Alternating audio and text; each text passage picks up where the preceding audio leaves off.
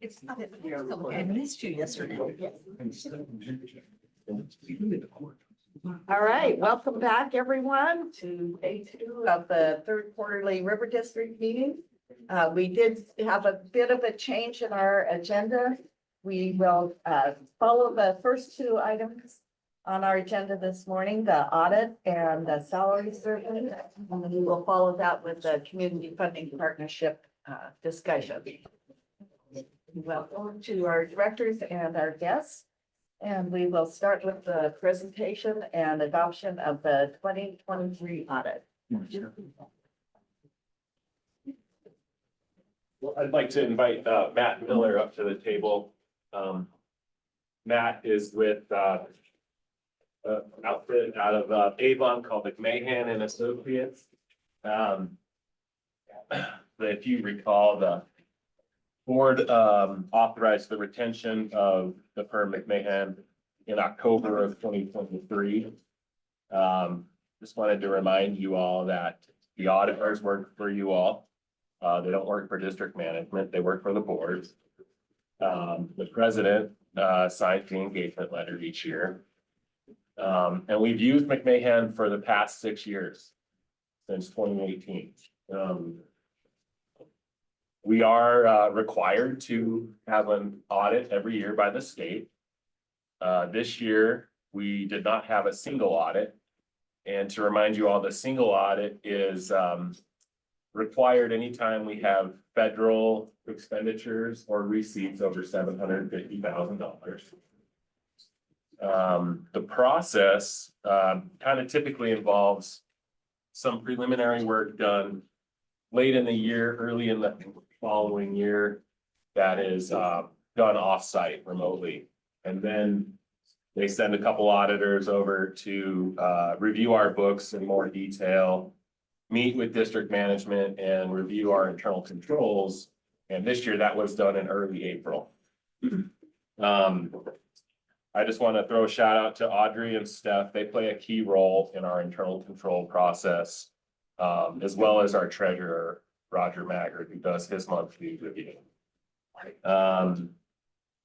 McMahon's been a pleasure to work with over the past 6 years. They're very thorough and professional with what they do. So if it's acceptable to the board, I would recommend that the board take formal action to accept the 2023 audit. But first, I want to turn it over to Matt so that he can tell you all how it went this year and what the result was. Hi, everybody. My name is Matt Miller. I'm one of the partners with McMahon and Associates. So like Ian said, we've been doing your audit for about 6 years. We're based out of Avon, so not too far away. It's easy for us to come on site then, which makes things a little bit easier when everybody's kind of focused on the same thing during 1 week.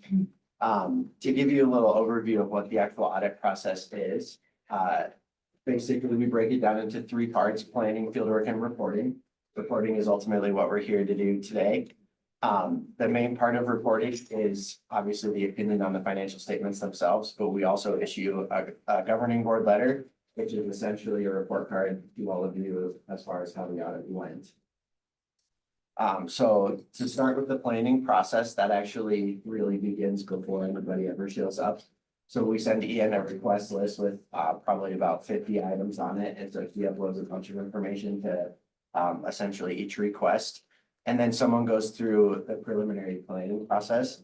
So auditing has kind of shifted since maybe 2020 away from kind of random sampling into more of a data analytics driven process. So we actually take certain sets of your database. So we actually take the whole general ledger database and then specific other sets. So it could be credit card transactions, could be just a disbursement register. And we import that into our software and then we run a bunch of different tests on it.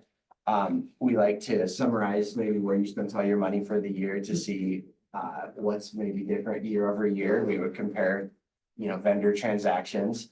We can run things like a heat index that'll show how many times you paid a vendor. So something you're looking for would be, say, 13 transactions with somebody. That's maybe an indication that you recorded too many monthly expenses in 1 year. And then we also run statistical samples out of that. And there's a couple of statistical things that we do, specifically, one of them is called Benford's Law, and that's actually a statistical prediction of fraud. So when people attempt to commit fraud, they do it in a rational manner, consistent, ongoing. So that would maybe pop out anything there. And that really guides where we spend our focus during fieldwork. And so fieldwork is what I think people actually think of as audit work. That's where we're looking through your bank statements. We're actually pulling invoices, looking at contracts. And ultimately, that's what helps us get to kind of the final result. During the field work, we actually independently confirm with banks what you say is in the account is actually there. We spend time going through all of your capital assets. We see what you're spending money on, how it's being coded. Does it seem like a reasonable expense? We independently calculate your payroll and trace it to what was reported to the IRS. And then we do spend a lot of time with just general purchases, both during the year and after year end, to see that things are being recorded to the proper accounts, that they're being recorded to the right year. And so once we finish that process, we actually go back and forth with Ian on the financial statements that he prepares. So that's kind of a unique process. We audit hundreds of local governments around the state, but very few of them actually produce their own financial statements. For the most part, they have us produce the financial statements for their review.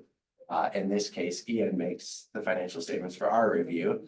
And so that's kind of a process where we go back and forth. First, one of the audit team members would review the financials, then the manager would review them. Then we send Ian comments, and then they come to me to review. So it's a pretty comprehensive process. And at the end of that, we issue the 2 reports. So to dive into that, the financial statements themselves are pretty comprehensive. Your report's about 56 pages long, but your report actually contains a lot of information that goes above and beyond what Colorado requires as a basic minimum for your audited financial statements. Colorado only requires the basic financial statements, but Ian prepares transmittal letter, background information on the district. You do prepare the management's discussion analysis. So it's a pretty in-depth report. The opinion itself starts on page 15 of the audit report. You receive what's called an unmodified audit opinion. That's a clean audit opinion. That's exactly what you want. There's nothing emphasized in the opinion, so no new accounting standards this year. No correction of errors from previous years or anything like that. So it's a very clean year. Following the audit opinion itself is management's discussion and analysis. Ian really does go into depth on that. It's really a high level year over year outlook. What's different this year versus last year. And then the actual financial statements themselves start on page 26. So to give you a few highlights there. Overall, the district is in a strong financial position. So the governmental funds had a little over $3.4 million of net income for the year. Pretty consistent with previous years. You reported positive fund balances in all categories, which is a good thing. As far as the proprietary fund goes, so you have kind of 4 main funds within your financial statements. So 3 of those are what's called governmental funds. That's essentially the short-term outlook. And then we have your proprietary fund, which is kind of the main operating fund. And before depreciation and amortization, the proprietary fund had about a $1.1 million net income. We tend to back out depreciation for that analysis because it's not really what we have to do it. That's the estimate at the end of the day. And then following the financial statements themselves there, you have the notes to the financial statements. That's really what's behind the numbers. So there's details in there about your significant accounting policies, what kind of cash and investments you're authorized to have, what kind of cash and investments you actually do have, information on your capital assets, how they're being depreciated, what you're holding at the end of the year, significant agreements, things like that. And then the final part of the report are your budget to actual schedules. So that shows what planned to happen versus what actually happened. So I'm happy to answer any questions on the actual financial statements themselves or the audit process. Otherwise, we can do that. final board letter to go through quickly. Madam Chair. Sorry. Thinking about my dog. A question on our statement of net position. And I'm just not aware of it, on liabilities, compensated absences. Is that unpaid leave or what is compensated absences? So it's earned vacation that has not been paid out yet. Either the employee hasn't taken it or when they terminate, pay that out. And does that reflect normal, I think, as regarding past history? Or that category? How's it compare to previous years? As far as in terms of dollar amount, Yeah, I mean, have we seen a big upswing or longer, it's normal, within the bounds of normal? I don't recall a big change in that number. It's been pretty consistent for the past few years. I can't think of any outlier that would have caused that to spike or anything. What do we put into that category? For example, we put in everybody's vacations paid vacations until they take it, or paid holidays, and then every time we have a holiday, we take out an amount. Yeah, we just adjusted annually at the end of the year. We look at the balance for everybody at the end of the year. So it wouldn't include holidays because you have to use those as the year progresses. So it's basically vacation that has been accrued over the years, and then, it changes a little bit based on, new people coming in or people that have been here for a while leaving with a balance and getting paid out. So those are kind of how that fluctuates in there. and so the balances in those two have increased from 2022 to 2023. So in your governmental funds, you went from about 240,000 last year to 292,000 this year. And then in the proprietary fund, it went up from 83,000 to 104. Some of that would be due to salary increases. Obviously, as it rolls forward, you're going to pay out at whatever the current salary is, and then also whether or not people had enough time to take the vacation. And Thank so I you. don't believe we had any changes in the policy, so that's good. And Scott, just to help the board remember our sick time, we don't have, some organizations just have PTO, they classify, and you have to take sick or vacation or holidays out of that. We have different categories. We have vacation, which the district's policy is that's an earned, the employee earns that on the day it accrues, and therefore the district owes them if service is terminated for whatever reason, voluntarily or otherwise. And that's what, that is literally the liability of the district. Sick time, on the other hand, while it accrues and there's a certain amount that can be carried over, there's a cap on it. The sick time is not a paid, earned value that gets paid out upon termination.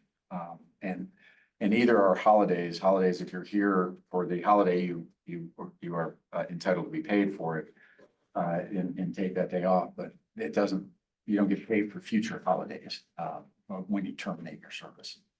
If that helps you. Sure, Denise. Chapman. Abby, remind me, with the sick leave, were staff allowed to roll that into the RHS? They're allowed there's- to roll their vacation time into the retirement health savings account when they leave. It's a way in which employees can take, on retirement, they can take that as a non-taxable benefit. And have money in retirement after termination for health accounts. And we've had a number of previous employees do that. I would say this, that although the value is increasing, I would wager that the number of hours is actually decreasing. And what you're seeing is because of the wage growth due to the competitive market we're in, that value has grown, the liability value has grown. Our employees today, I think, are better at taking vacation than our employees were 8 years ago. There was a huge accrual, historically speaking, of vacation time. When I came in, it was almost a matter of pride to bank a lot of vacation and not take it.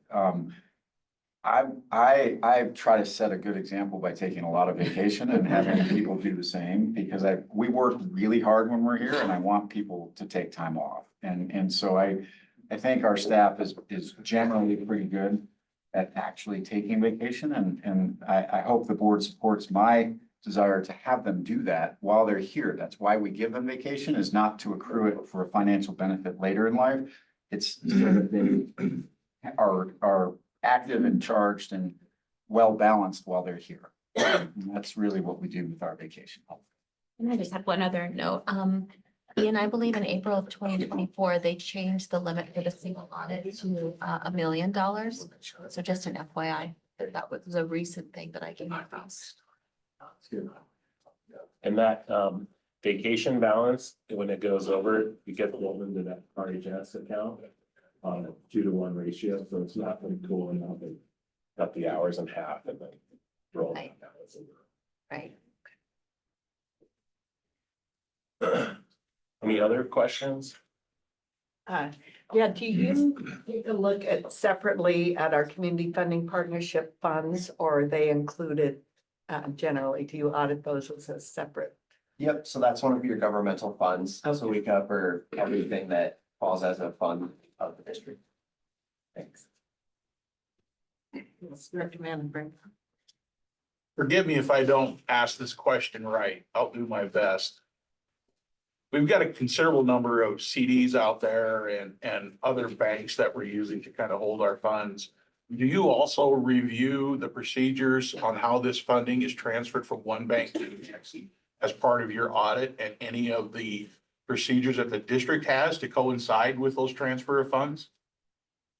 So we look through, obviously your investment policy. We want to make sure that you're following your investment policy. And then we would also confirm with those banks what, you're saying is actually there.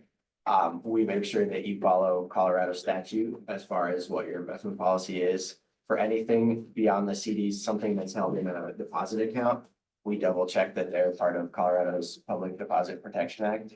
So that if the bank did go out of business, regardless of the amount you have in there, above and beyond FDIC, it would be covered. We don't necessarily dive into bank to bank transactions. We would look at what your process is to be able to transfer money. That's part of internal controls. So who has access to bank accounts, who can sign things? Generally speaking, when we're talking about investments maturing and just moving around, that those wire transfers, while maybe done by Ian or somebody like that, they're generally restricted where you couldn't move them to like an outside bank. It's only to district accounts.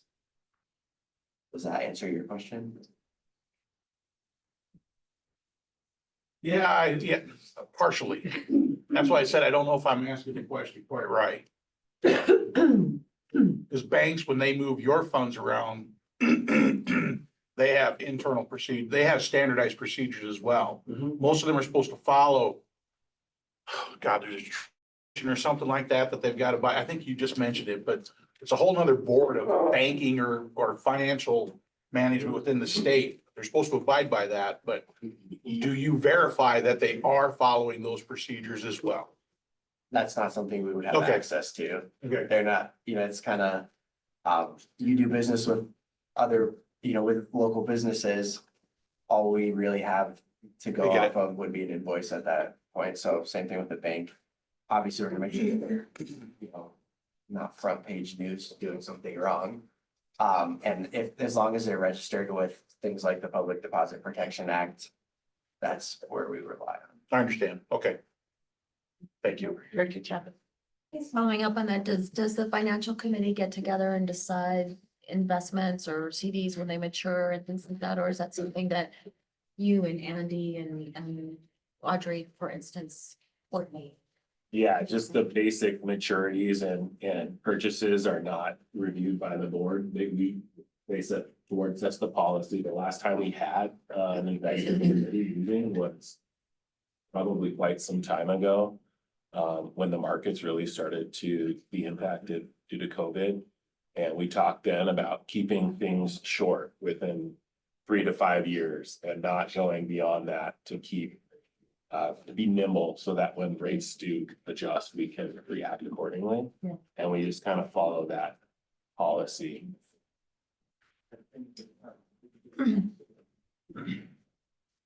Anything else? We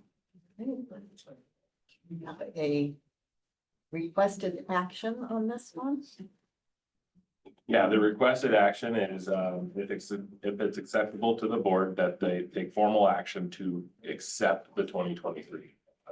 I'll make the motion to accept the 2023 audit as presented. Moved by Vandenbrink. A second by Hazard. All those in favor? Aye. Any opposed?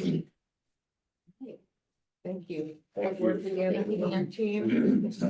Yeah, and I do want to thank Ian. Audit is a huge lift for our internal staff. And normally our internal accounting staff as today consists of two accountants.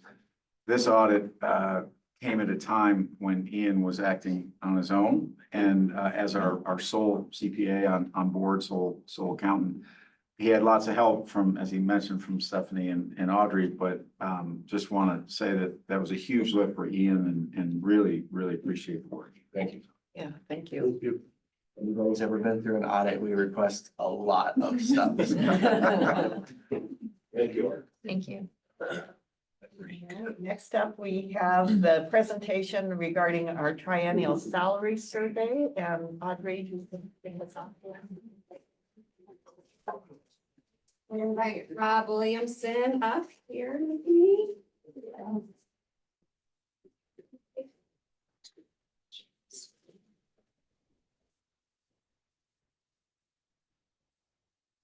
And just as a reminder, we did get an email with the salary survey information and report attached to that, so it's Yes, not that in was here. a supplement to my brief memo in the packet.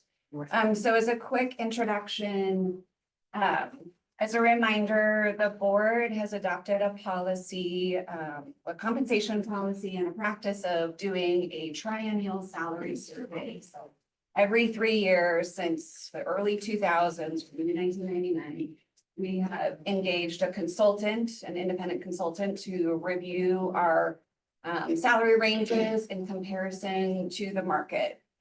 We've defined the market as a combination of our target peers and a custom survey portion, as well as looking at published data.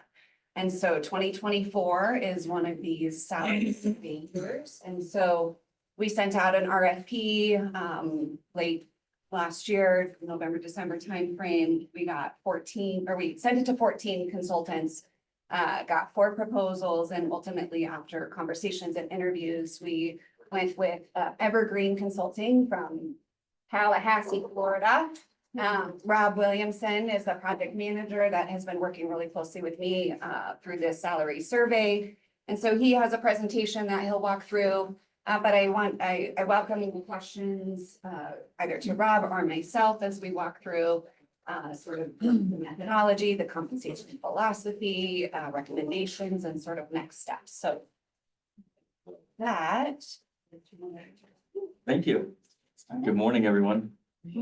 So the last time I was in this room, the shades were up and I had the opportunity to meet with many members of your staff. And at one point I turned around and it was snowing. And so as a native Floridian, that was kind of neat to see for sure. And now this time, it came up a couple days early and just so happened that a best friend of mine that was on sabbatical from the church where he's a pastor, we were here at the same time, and so got to go fly fishing on the Colorado River. And so, yeah, thank you for allowing that bucket list item to be checked off the list. I'm very grateful to everyone in this room for that. But we've got some, what we believe, some good recommendations, and we know that you as policymakers, you need the best possible information that you can have to make the best decision possible. And we feel like the work that we've done would hopefully open the doorway for you to make those good decisions. So with that as the jumping off point, if we could just go ahead and get started.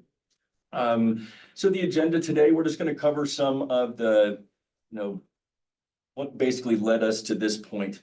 What is your current compensation philosophy? What's the outlook as we look at it from a national perspective? And then we'll bring things home here to the West Slope region. We're going to talk a little about the review. How did we go about getting the data that we're recommending to you? And your market positioning and things of that nature. And then we talk about what the implementation recommendations would be and the associated costs and what the next steps are as we move toward project closeout. So the purpose, ultimately we could net it down to, we wanted to try to recommend to you a fair and competitive pay plan. Fair internally. What's the relationship between the different individual single incumbent positions that you have here? What are the essential functions that they perform? And let's make sure that the relationship between those is fair. And then ultimately what you want to know is, how do you stand to market? How can you best recruit and retain the talent that you need to do the very unique services that you provide here? The mission that you have here is very unique. It's not just the mission, but the location, everything that goes into it. How can you be competitive? So fair and competitive, and then areas of importance, what is the market position that is preferred or would be best for you as an organization that would allow you the best opportunity to compete and increase the pool of applicants. One of the things I heard when I was here for outreach in March was,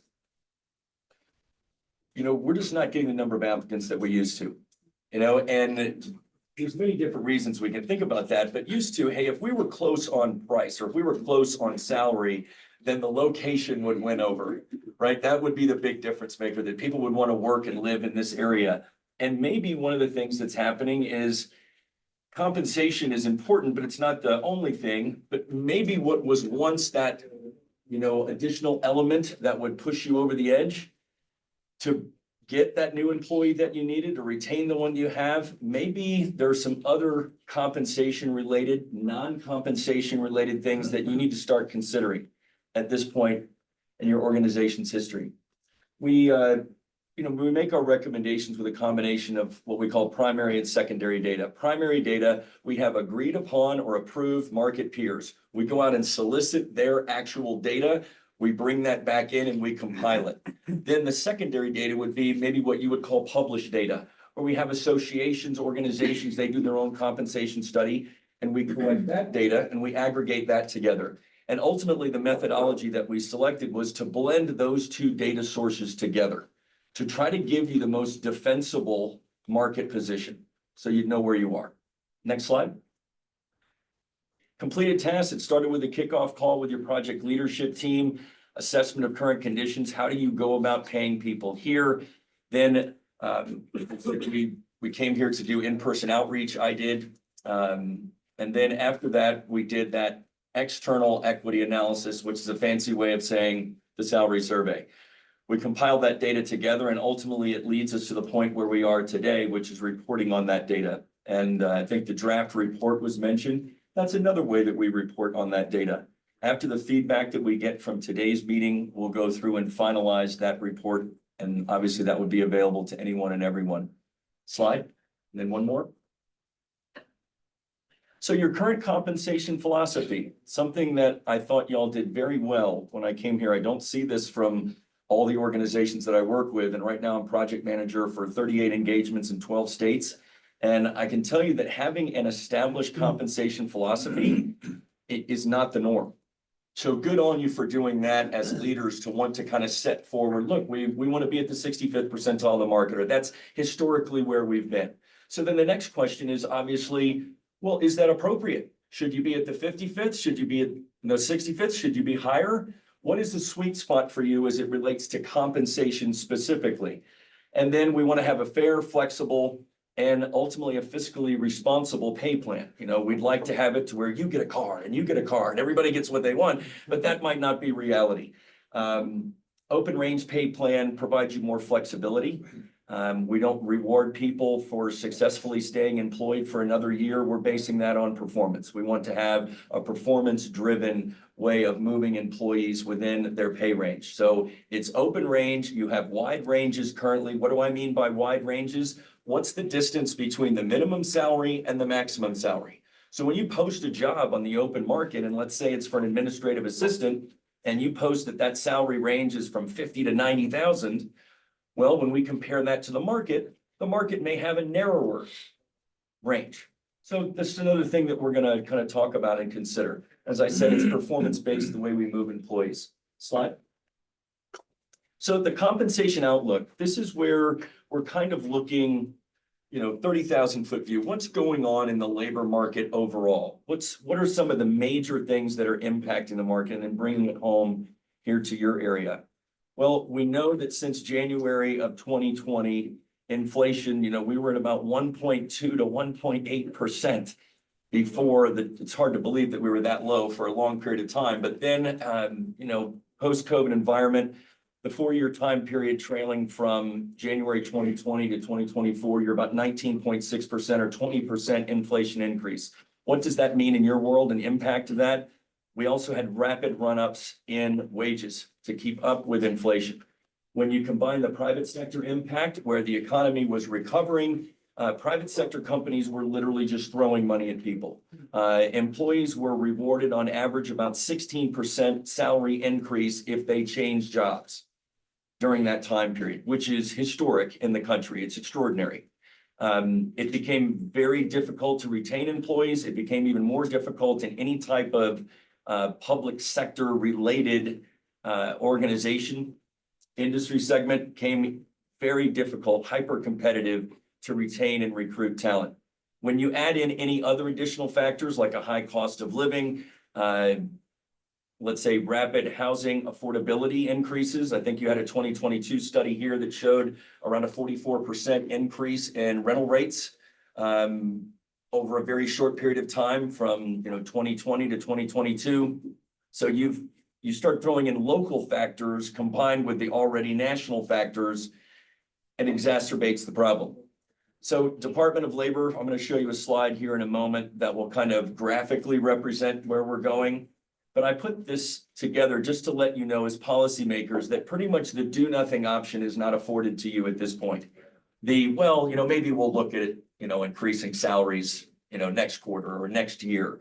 If you want to reduce turnover, if you want to reduce vacancies, if you want to be competitive, you are going to have to keep moving with the market. And right now, overall, nationally, you're looking at still around a 4.5% year-over-year increase. And inflation, although for the first time since COVID, we actually had a reduction in the CPI of a whopping 0.1%.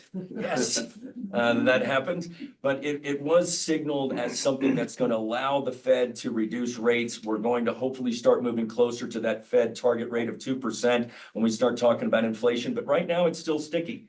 Inflation is still hanging in there at 3.2 to 3.5%, depending on where you look. The last bullet there, the 75% of private sector companies struggling to attract new talent, more aggressive. That's basically CEOs saying that they are going to continue to be aggressive hiring because there is still money to be made. The consumer, while spending slightly less, we're still seeing GDP growth that's on a level that would warrant wage increases and continued employment increases. Next slide. So this is that graphic representation I was talking about. We just got inflation trend line and linear wages trend lines there. You can see that things have kind of returned back to normal a little bit from the standpoint of you see that huge run up in the green line of inflation, and now it's kind of returning back, but we're nowhere near that 1.8 where we found ourselves 5 years ago.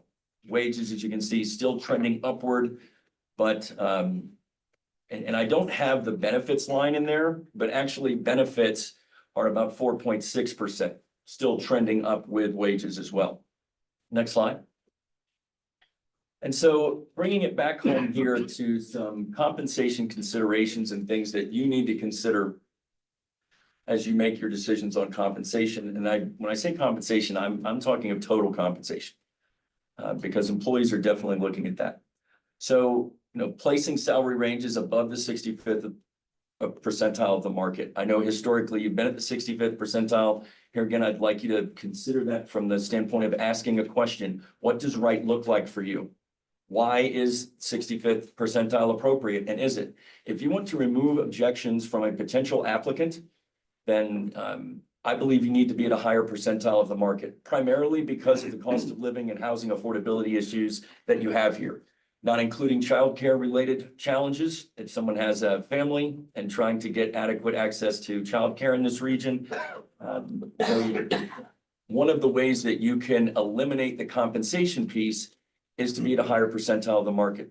Another consideration is the type of work that you do and how specialized it is and the level of competency that is required of your employees to not only perform at the level that they do and achieve the service levels that are demanded of this board, but also the level of staffing. I almost equate it to a law office where you have a senior partner that might command a higher hourly rate than a junior partner.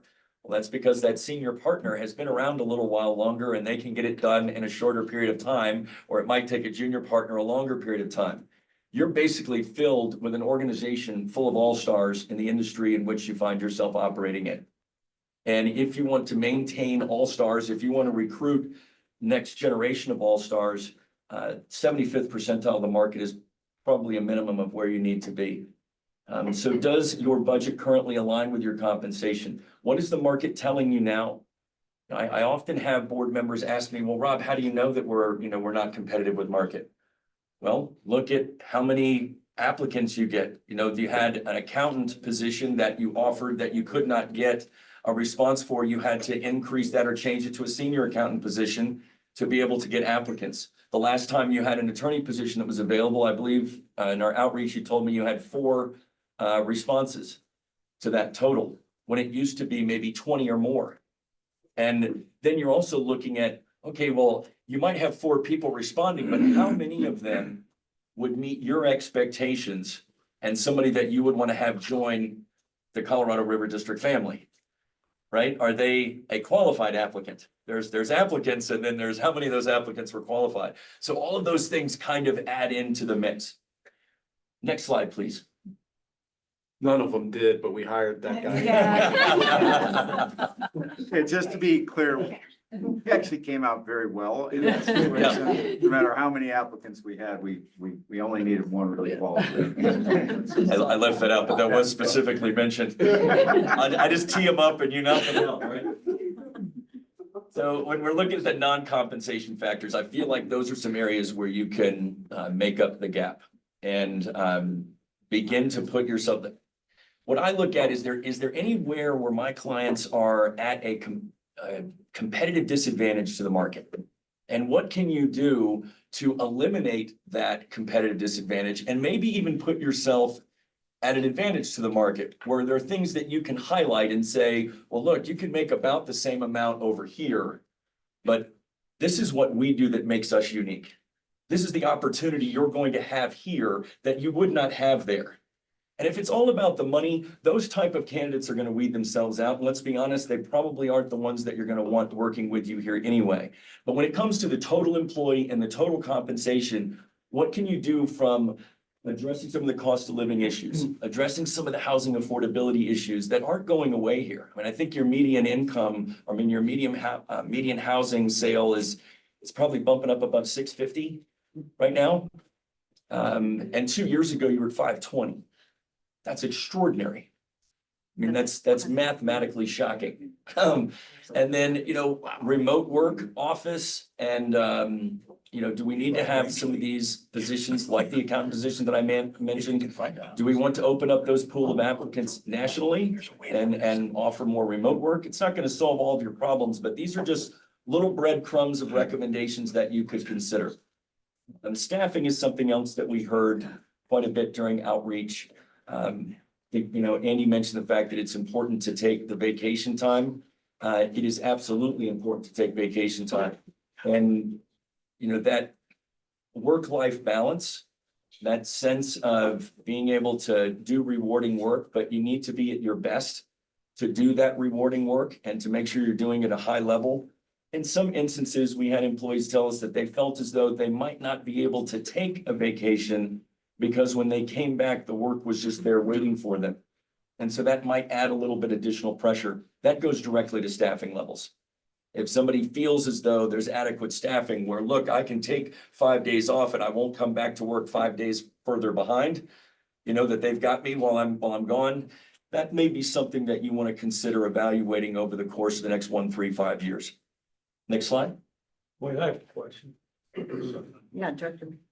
So if we could go, what do you mean when you talk about recognition? I'm confused with that term. Recognition is becoming more important, especially with the next generation of talent. Millennials that are now starting to get into their mid to late thirties. They grew up in a world where everyone got a ribbon for participation, right? And they got a lot of them typically. If you showed up and there was 10 people and you got 10th place, well, here's your ribbon because 10th place is super awesome. And we're really proud of you. Well, what that has done is in the workplace, what that results in is a lot of times folks that are new to the work market, they're wondering why they're not getting not only recognition at work, but what we're seeing is non-work related recognition is becoming important. Right? Like I've just started a family and my kids did well in their whatever extracurricular activity, and I'd like you to maybe mention that at work and recognize that. So there's recognition that's based on my performance, what I've done to meet or exceed expectations. Then there's also recognition that might be non-work related, and it needs to be more frequent. That's confusing. You're not alone. I don't agree. First of all, I'm biased. I don't agree everybody should get a ribbon. So- Scott, do you mind speaking up just so the rest of Yeah, us I'm can hear? sorry. I'm, It's just hard. so I'm biased. I don't think everybody ought to get a ribbon. So now, and I kind of thought that's what you were saying, and then your last comment was more recognition or something. In the marketplace, what we're seeing is that you need to have more recognition, and that recognition needs to be work related and in some instances, non-work related. That reward and recognition of employees directly relates to high employee engagement, high employee satisfaction. So to be clear, the recommendation would be that you would look at ways to have more robust recognition and that it would be more frequent. That at least my experience in the past is when you recognize, that means you're not recognizing as well. In other words, when you send out invitations for the wedding, afterwards you go, oh man, I didn't include so-and-so and so-and-so, and it creates hardship. So at least we have to be, at least my experience, you've got to be really careful so it doesn't look like you're favoring a particular individual. And once you reach outside kind of the normal workplace into the family home, you're kind of out of your lane. So help me a little with that. I'm still not clear on what you're saying we should do. I mean. Well, I'm we not saying start that. Following the kids' soccer games to. I'm not saying it's a one size fits all. I'm speaking more of generalities of what we're seeing nationally in some high performing organizations where they might be doing recognition a little bit differently and they might be doing it a little bit more often. But that's obviously got to work specifically to your culture and what you do here. So it may be more team-based recognition. I'm just looking for ways to provide recommendations to you as an organization that you can incorporate it into what you do that would make you more competitive. How do we, That's how do we handle that, Andy? So, Scott, on a non-monetary recognition, Right. luckily for you, you don't have to do that for anybody other than Peter and I, and we are not millennials, so it's okay, in case you were wondering. But Audrey and I and Peter do, I hope for our staff that this is a true statement, do spend a lot of time trying to recognize people for successes that they bring to the organization. And so it's not done in the form of a financial bonus or a, or anything. Yeah. I get what you bring to the organization.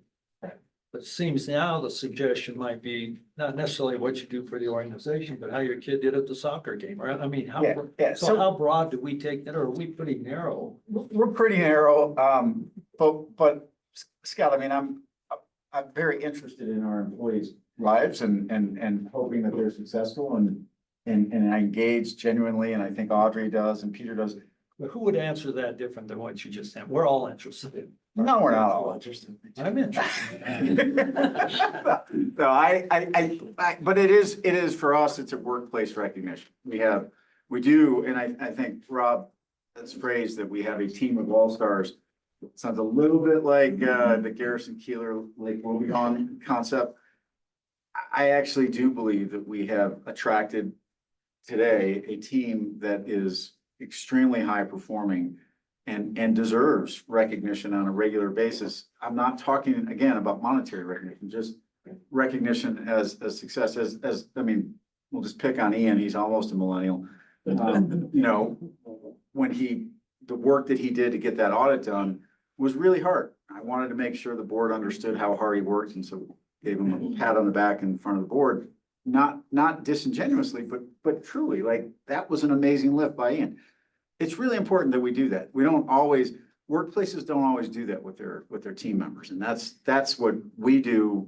I think as a management team, we try to do with our team. That's I think all Rob is suggesting, and I think our employees may tell you differently, but I think we do that. So that's all So we have a comment from Director Chavez, and then let's keep moving to the recommendations. And we can get into this some more then.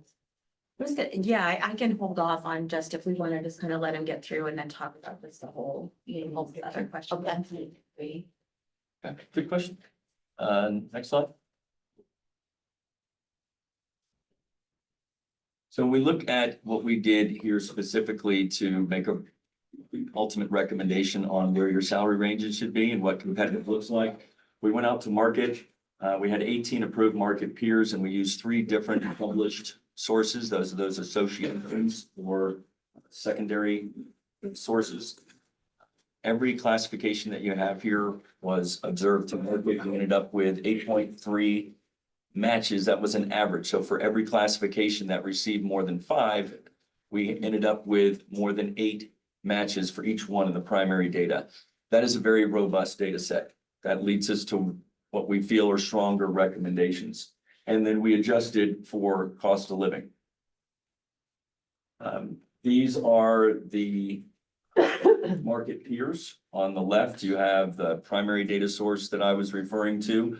Many of those should look familiar because these are, I believe they were the same ones that were used in the most recent study, or most of them were. So you have a foundational baseline, if you will, for the market peers that were used previously. So when you're comparing your 65th percentile or where your current salary ranges are to what we're recommending, you'll be able to make that decision knowing that there isn't this completely different data set from which we're drawing from.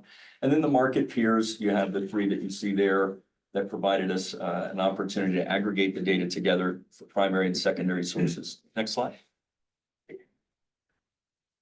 So we ended up with a methodology where you see at the top there, that exhibit shows the market position at the 65th percentile. So as we go from left to right, you have survey midpoint percent differential, okay? So the 10.1% reflects when we average together all of your classifications, all of the jobs that you have here against the market's midpoint, which you have a minimum, a midpoint, and a maximum. So that midpoint, that you would be 10% ahead of market overall as an average, okay? When we look at where you would be at the 65th percentile, so if we're at the 50th percentile or the average, you're at 10%. When we move that to where do you stand relative to the market at the 65th percentile, it drops to 5%. And then when we look at an aggregate of combining the primary data as well as the secondary data, we average that together at the 65th percentile, it's 12% ahead of market. Here again, we had 8.3 was the average number of responses, and you can see that the survey average range, that distance between the minimum and maximum, is right at 46%. Your ranges, you have some that folks that are at 80, some that are at 60, some that are at 50.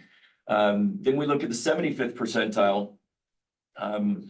The midpoint doesn't change. Your relative position there doesn't change. The survey average obviously doesn't change. But when we look at the 75th percentile, the overall average, that's the primary data only. Now you're basically at 1% ahead of market. And, you know, if inflation is moving at 3.2, 3.3, anything less than that, you're actually behind market. If you look at where you are as an aggregate of the data, the primary data and the secondary data together at the 75th percentile, now you see a number that should be of interest to you because now that puts you at 13% behind market. So if the 65th percentile is where you wanted to be previously, you could claim victory and say, all right, that's where we want to be and we're good. But if you go back a few slides and you see that what is the market telling us question? Well, if everything were rainbows and unicorns, why is it when you put out a new application, you get very few responses?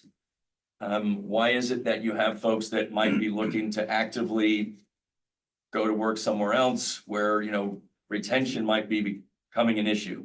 Well, if you want to remove that objection for salary piece of it, you can see, well, if you want to be at the 75th percentile, so if we want to know what that means in layman's terms, if you had 10 market peers and you're at the 75th percentile, basically 2 are paying more than you.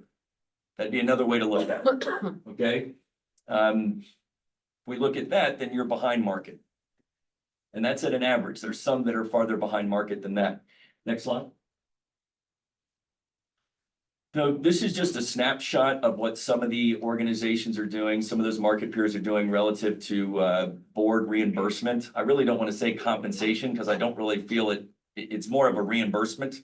But it's kind of a fruit salad. It's all over the place there, but it does provide us the opportunity to create an overall average that's around 20, if you're going to average it out, $2,700 for a board member for a year.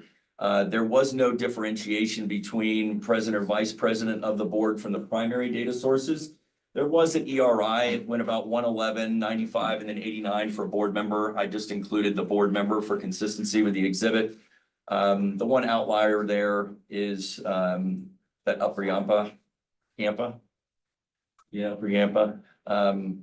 At 5,800, if you were to take that one out, you're probably going to be that 2,200 range, somewhere in there. But just as not something that you would base a decision off of necessarily, but it's just another data point that it was requested by staff that we share with you, so we put that together. Next. Go ahead, Scott. Okay, thank you, Mr. Chairman. So your original results, when you put out the survey information, you didn't address it. So it's been addressed in the last few days very quickly. My preference would be that, and I've got a lot of experience in boards. So I don't think we're touching it here as we should. So I kind of like the part of it. So we have some more time with Aubrey to kind of take a look at it. You have, for example, when I left my previous occupation, I was asked to join a similar board on Vail Valley Foundation, I think was the name of it. Yeah. And towards the end of it, they said, it's a great honor to be on our board. So we ask each of the board members to write a check for $25,000 a year. That's a big honor. Yeah. Denver Water Board is very, very political, very prestigious. I think they pay zero, close to it. So I think we need a little more time because somehow this fell through the cracks and no big issue there. We have time to look at it. But I'm the one that looks at this. In addition, we have a legislative restriction. We'll do this. So I'm kind of treating this with a grain of salt. Sure, yeah. When we did the survey, we asked every one of the 18 market peers to respond with data related to their board members. These are the only ones that provided data. So here again, we're just providing this as a supplement, but as far as the deliverable goes to collecting the data and providing it, we've met that. And the results are what you see in front of you now. And It's not like there's a deeper dive that can be done. I mean, we've asked them for the data and they've given it to us, so. Well, I don't think it has been delivered, to be frank with you. It can be delivered. That's not a big issue for me. I just want us to look at it a little more carefully.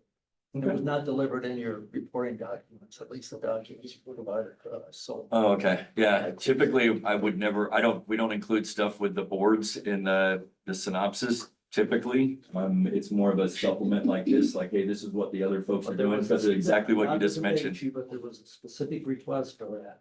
We've not been able to fulfill it, so I'm just saying, don't give this a grain of salt. Let's take a closer look, or give us a few months for Audrey. Sure. To kind of look at the lay of the land. Sure. Can we? Yeah, if I may again, Commissioner McGinnis, or Director McGinnis, I agree with you that this is not a complete analysis of comparative with board compensations. I think what Rob's saying is, hey, we did ask the 25 entities that we surveyed to provide that. 18 responded. Of the 18, only these provided information about the board. That's a kind of a skin deep issue. I guess we can dig deeper. We can have a consultant dig deeper, whether it's Evergreen or someone else who may specialize more in the board compensation concept. I think staff would appreciate direction from the board as a whole on this issue to understand what it is we're looking for and what you desire for us to bring back to you. Because Scott, I hear you and I appreciate your concerns. And I share that this is not meaningful presentation of data or analysis that helps us determine what to do. But I think there are a lot of issues involved in board compensation that we would need to look at, and I would love to have a discussion, whether it's now or later today or another meeting, about what the board is looking for as a whole from a compensation analysis of the board's stipend. Scott mentions the legislation. Our organic statute says we shall reimburse you $100 a day for meetings when you're involved in district activity. There's also our board compensation policy that gets into specifics on that. And I think if we're going to have a robust discussion among the board, we want to provide that to you and give you at least a memo from the staff that says, hey, this is here are the issues that may be involved in board compensation. Some of them are entirely political, right? And frankly, I'll just be frank with you. I'm really concerned about opening up our organic statute at the legislature for any reason. Because there are a whole lot of people in the state who'd like to see us have some very reduced powers, right? And so opening that up and losing control of it at the legislature is something that concerns me greatly. It doesn't mean we won't do it. I need direction from the board after a very thoughtful discussion. And so I would look to the board as a whole for direction on this point. Just knowing and agreeing with Director McGinnis that this is not a full-fledged analysis of director compensation. Yeah, I've got Director Munger online with his hand up. We'll go there, and then Director Vandenbrink, and then we'll move on to the recommendations. I think, Andy, I would agree. This is something Director McGinnis, you brought up. We need to have a discussion as a board, see where other folks are, and if this is something we want to pursue or not. But Director Munger. So I would say that, number one, we need to throw out the upper Yampa water. We can't hear you. We can't hear you, Doug. So can you not hear me at all? Just fine. Yeah, Doug, just a moment while we get the audio and here working. So we'll go to Director Vandenbrink while we fix that. Now, if you want to have the discussion now, I'm here as a public service. I'm not here for the money.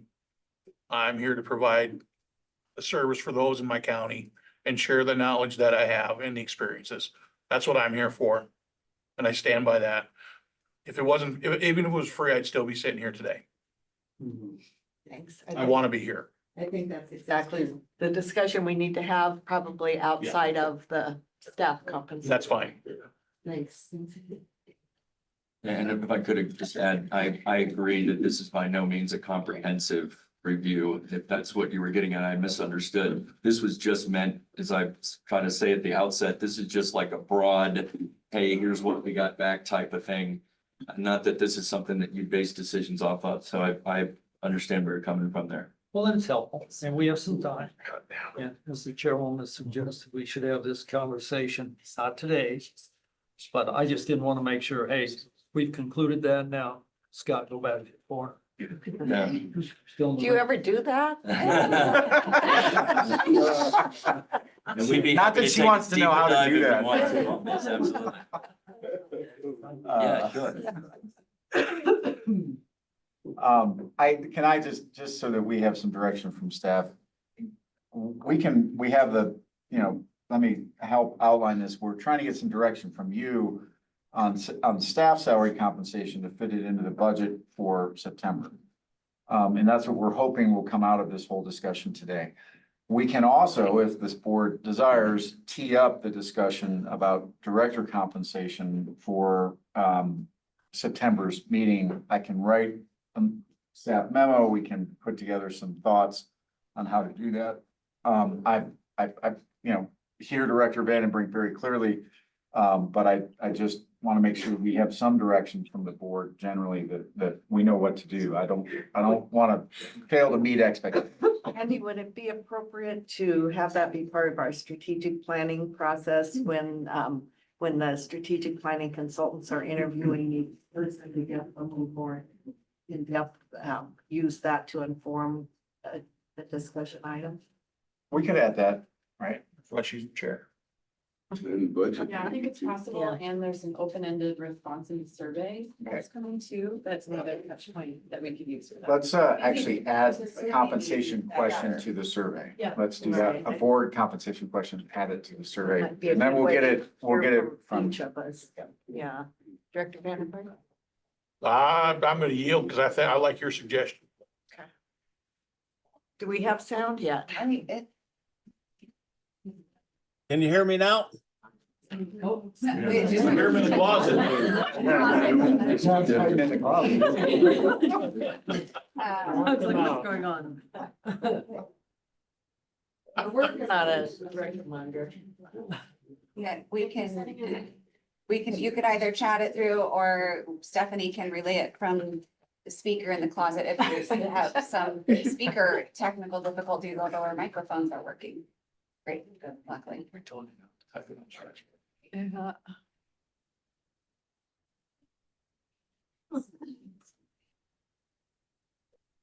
All right, let's keep moving. Director Munger, if you want to chat your comments, we'll let you know if we get things fixed here.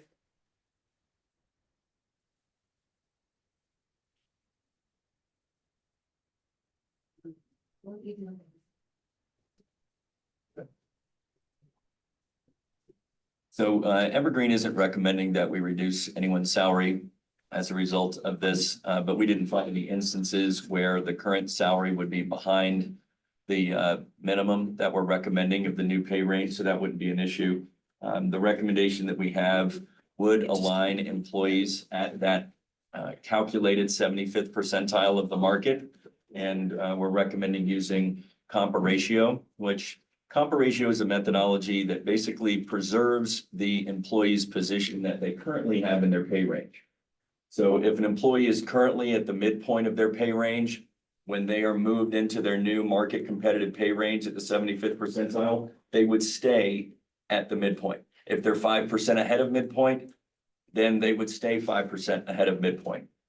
It basically preserves where they are in their current pay range.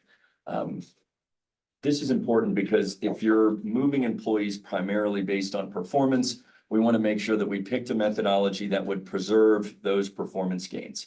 And so that's what the compa ratio methodology does. Yeah. So if you just do a Google search of public employee compensation versus private sector compensation, I did that yesterday. And except for the very high level doctorate degree positions, government entities pay 20% more than the private sector nationwide. And so when I see the survey, and we're just surveying government entities, how do we adjust? Because I come from the private sector and I'm like, yeah, you know what? I just can't quite compete with that. And so how do you address that? Or do you?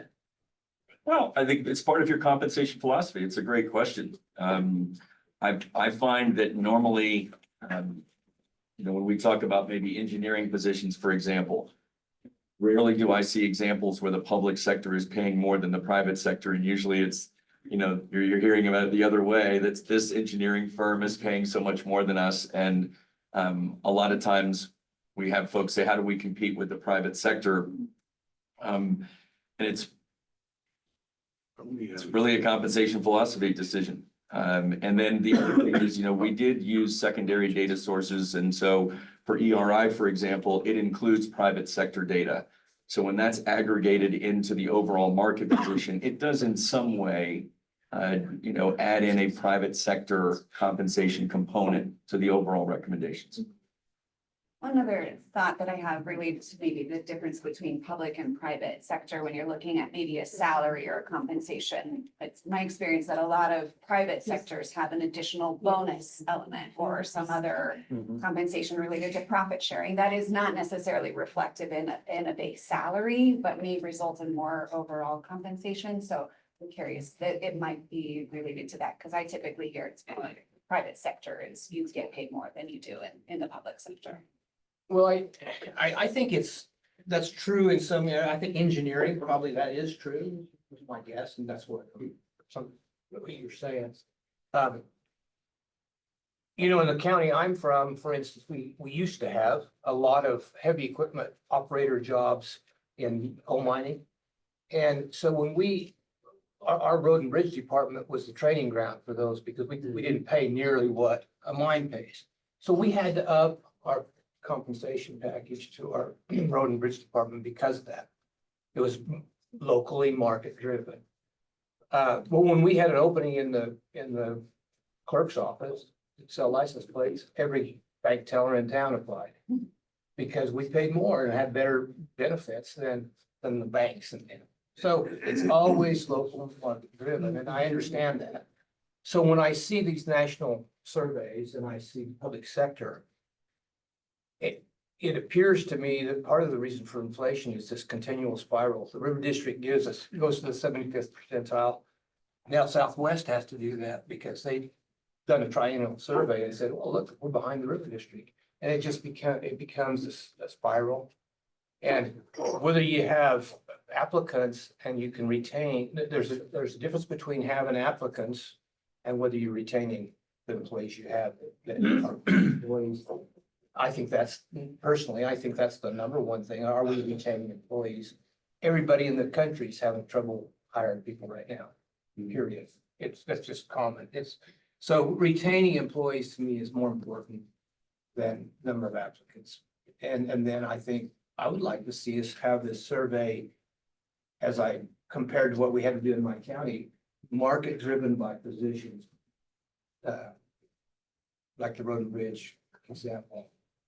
We had to pay more because we were just a training ground for the mines. But I don't know, I guess I am concerned that we as government become the drivers that the private sector has decided to keep up with, except for the most educated, skilled positions, like engineering, for instance, I think.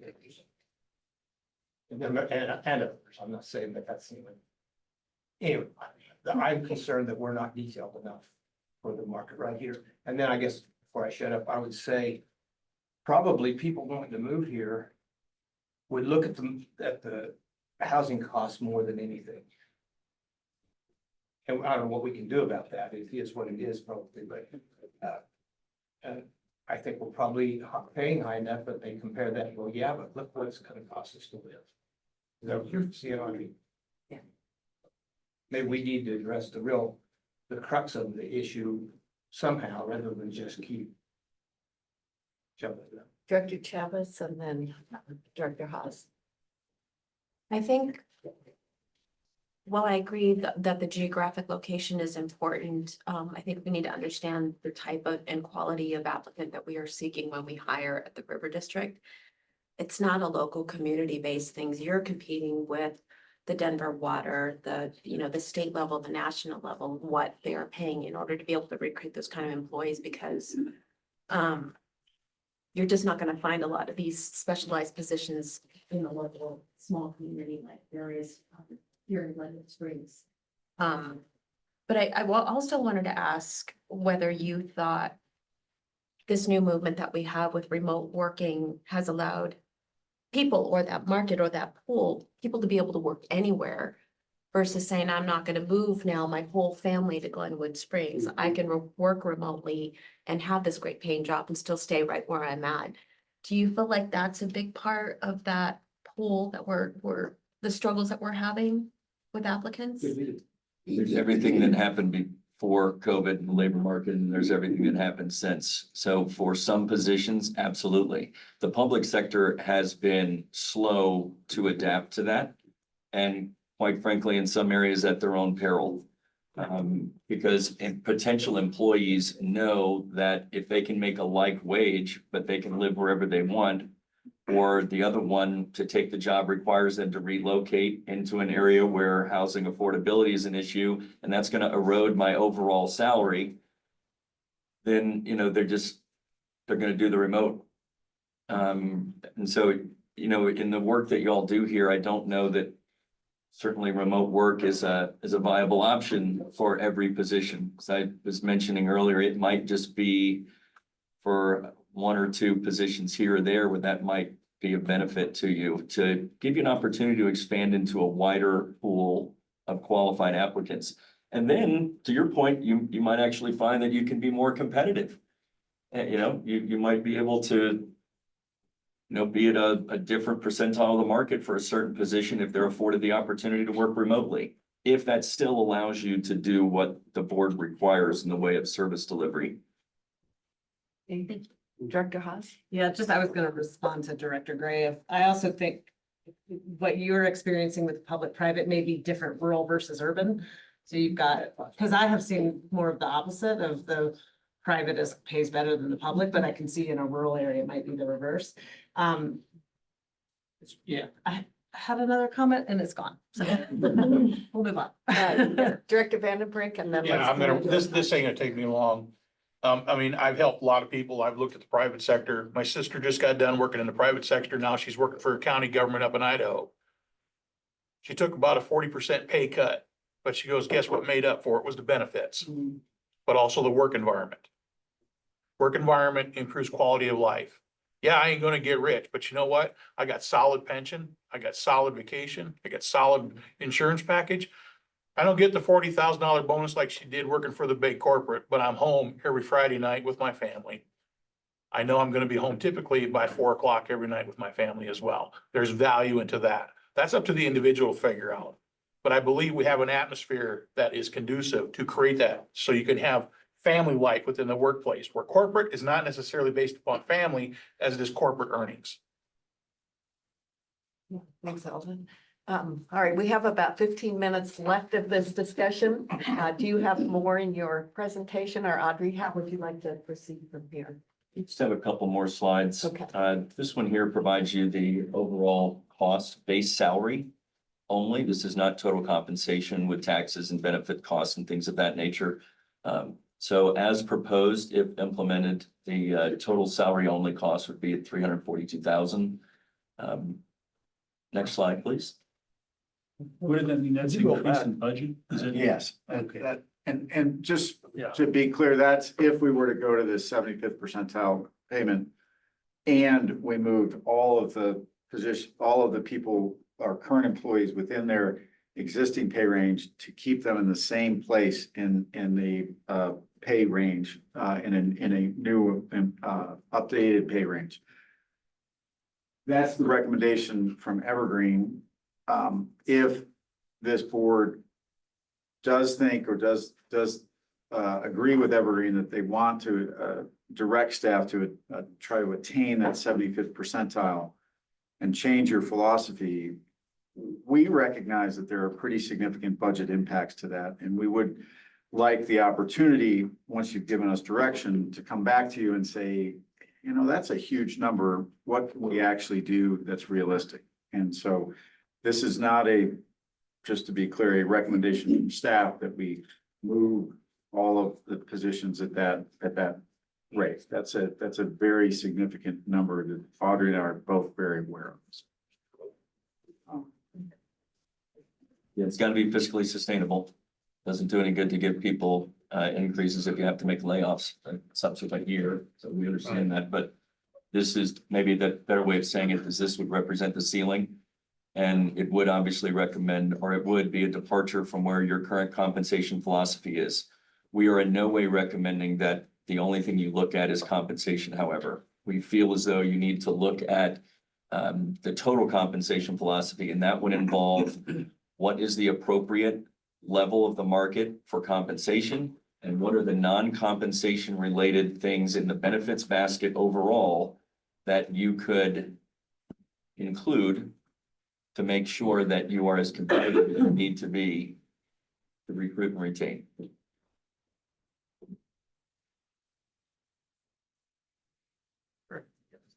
Yeah, Director. Yeah, so you bring up an interesting point. So if you took an implementation, then your peers that we just compared to will be making their adjustments for next year.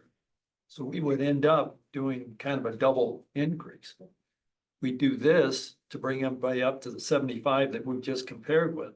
And then we still face the year 2025. All our peers now all of a sudden have jumped up from there. So we'd end up with double increases. Correct or wrong? Possibly. Possibly, we don't. I think, in past practices and as a reminder, the board definitely needs to make the decision and on the salary range and the actual salaries for the general manager and general counsel.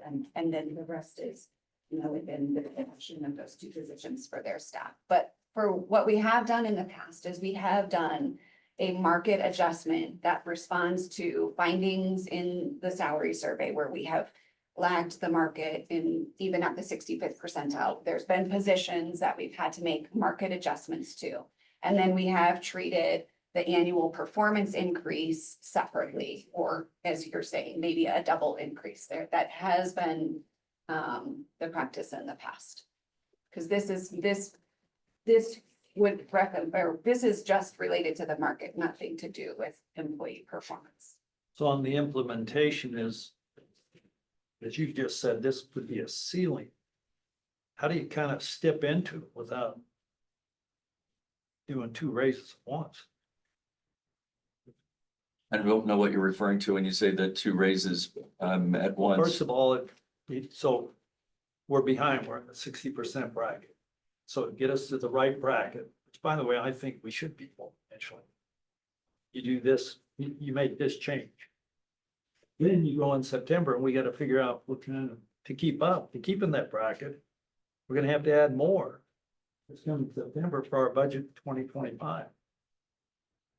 Yeah, as far as when the implementation would take place, obviously that's a board decision with, as directed, and staff would respond to that, whatever the fiscal impacts are. We felt like our role, was to let you as policymakers know, here's your current environment and your current compensation philosophy.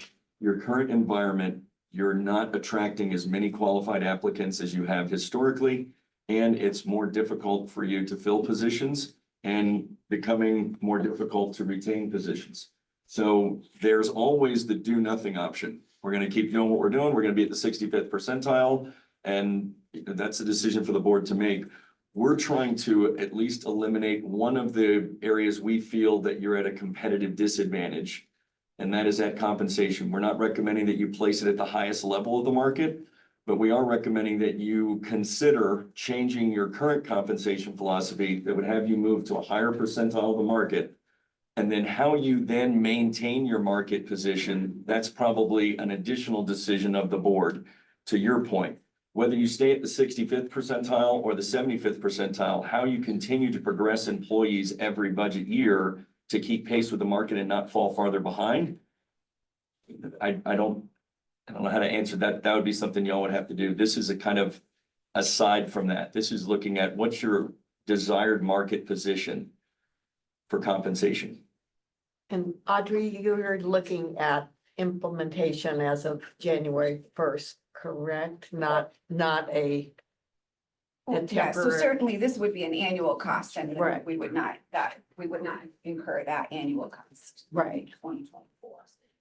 But we're looking at this for budget, for our next budget, not. Yes, for we do current budget. have money in the budget in 2024 for salary survey adjustments. And so we could look at a November first, December first implementation. You know, whatever we at the staff level would recommend in September for budget purposes, yes. Thank you. Well, Director Chavez. Audrey, in my mind, one of the biggest things I think challenging young professionals is the housing market. So can you explain what kind of use we are getting of the Urban Districts EHOP program? And what are we currently offering to new employees with regard to homeowner assistance buying program?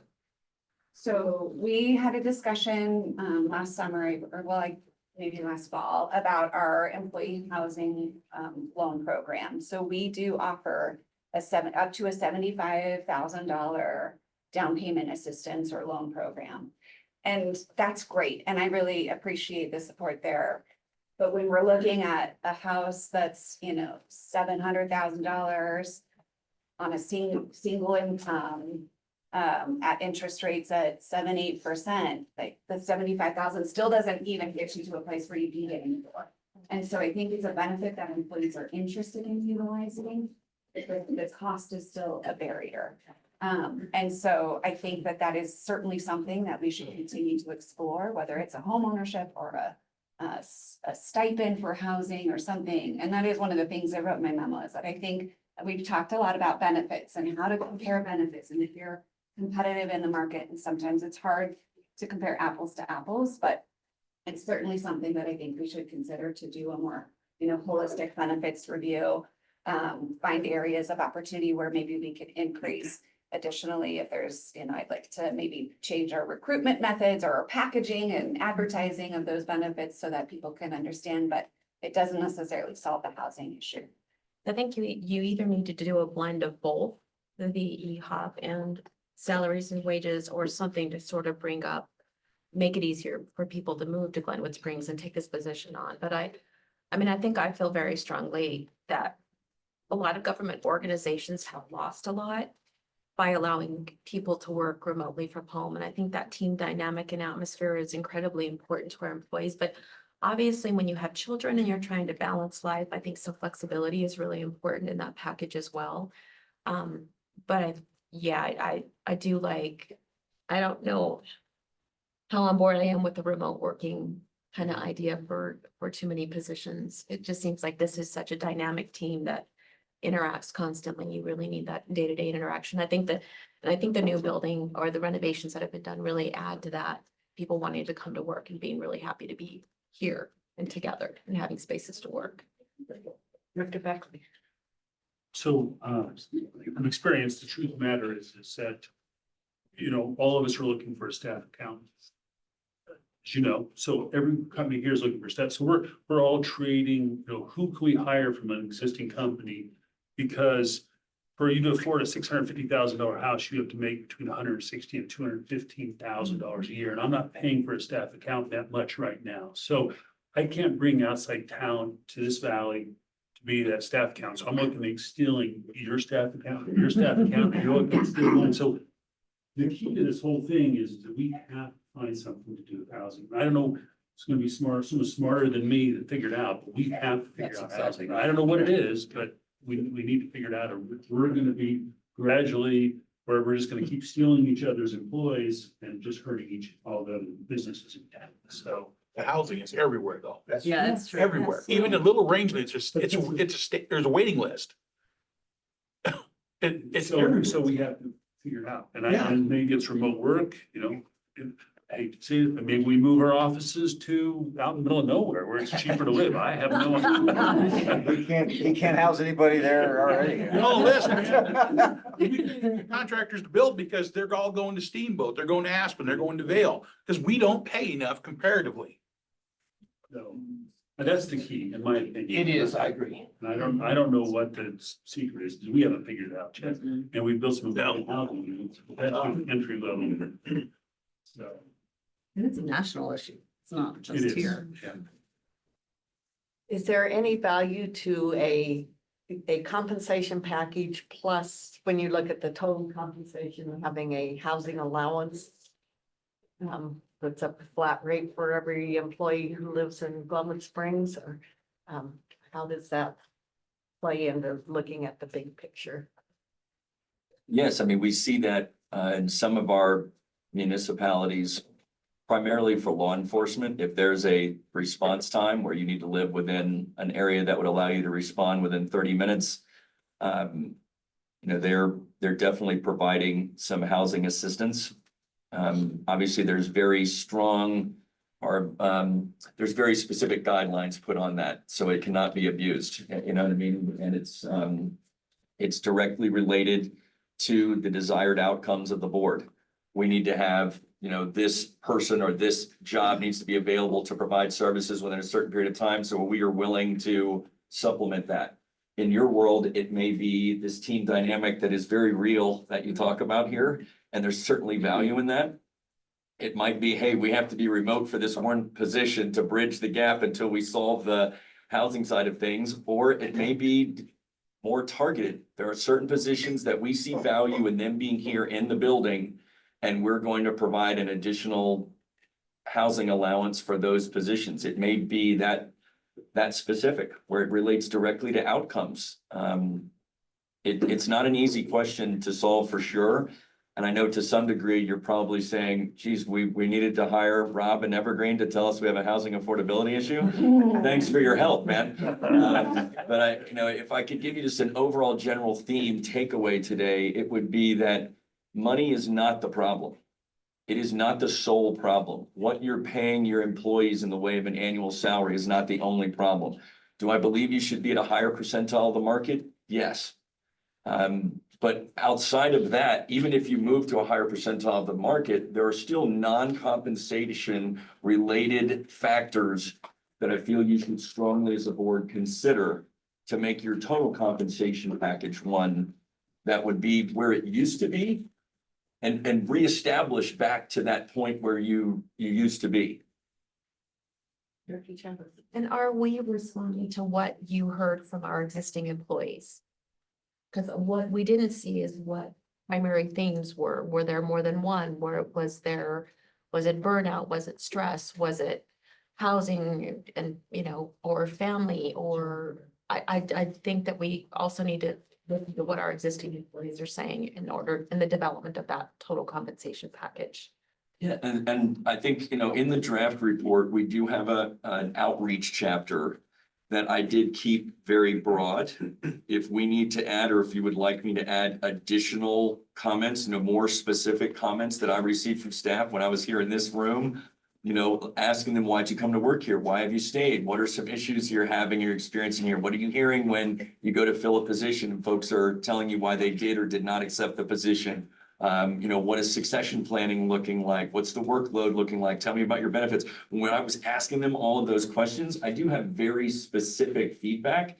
And I provided what I thought were the general themes in that chapter, but I could certainly include some additional detail if that's the will of the board. Happy to do so. It's just important for Audrey if you feel like you need to hear more.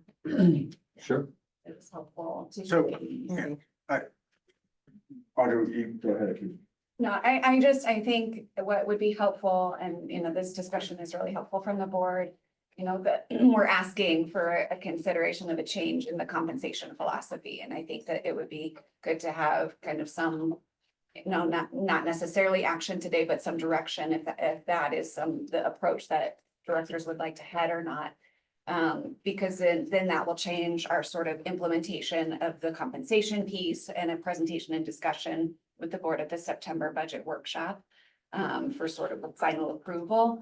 And then we'd like to proceed with figuring out how to evaluate the benefits, whether it's, we hire a consultant to do a similar, compensate or benefit study, or if that's just work that, I can do or reach out for some more and figure out what's important to our employees. We are embarking on sort of this culture and strategic planning effort, which is a great opportunity to hear from existing staff as to what their concerns are, what we can do to be a better employer. I will say we've been trying to hire a geotechnical engineer since I think March. We've had very limited applicants. We've extended an offer twice to two different people and they declined the offer because they didn't want to or couldn't move to Glenwood Springs. But that is a really important position. We want to have that person here in our office and there's not a lot of people who have that experience that are in the area. So I would say, you know, that's a real example where we're still actively trying to recruit for that position and it's a struggle. So it is something that we need to address. Childcare, housing, those are really big issues. That's hard, you know, it's not, we don't necessarily want to have a branch of childcare under the River District, but how do we try to help our employees? We've had a few employees leave because they couldn't secure childcare and it made more sense for them to, you know, leave their position here and take care of their kid as opposed to hire a full-time nanny that they're paying their salary to take care of their child. So it's something that I'd like to continue to explore. It would be helpful though to get a sense from the board if there is you know, general agreement on moving to a 75th percentile compensation philosophy, or if there is not, and staying at the 65th. So these two recommendations are in the report that you emailed on pages 5-2 and 5-3. Recommendation 1 to conduct a benefits study looking at this total compensation, and recommendation 2 moving to the 75th percentile. And of course, Evergreen would be more than happy to do the benefit study if you need to. And I just want to reiterate what Audrey's saying. You know, we do strive at the district and with the assistance and the leadership of the board. We have, I think the district has always, in modern times, tried to present itself as a very desirable employer, right?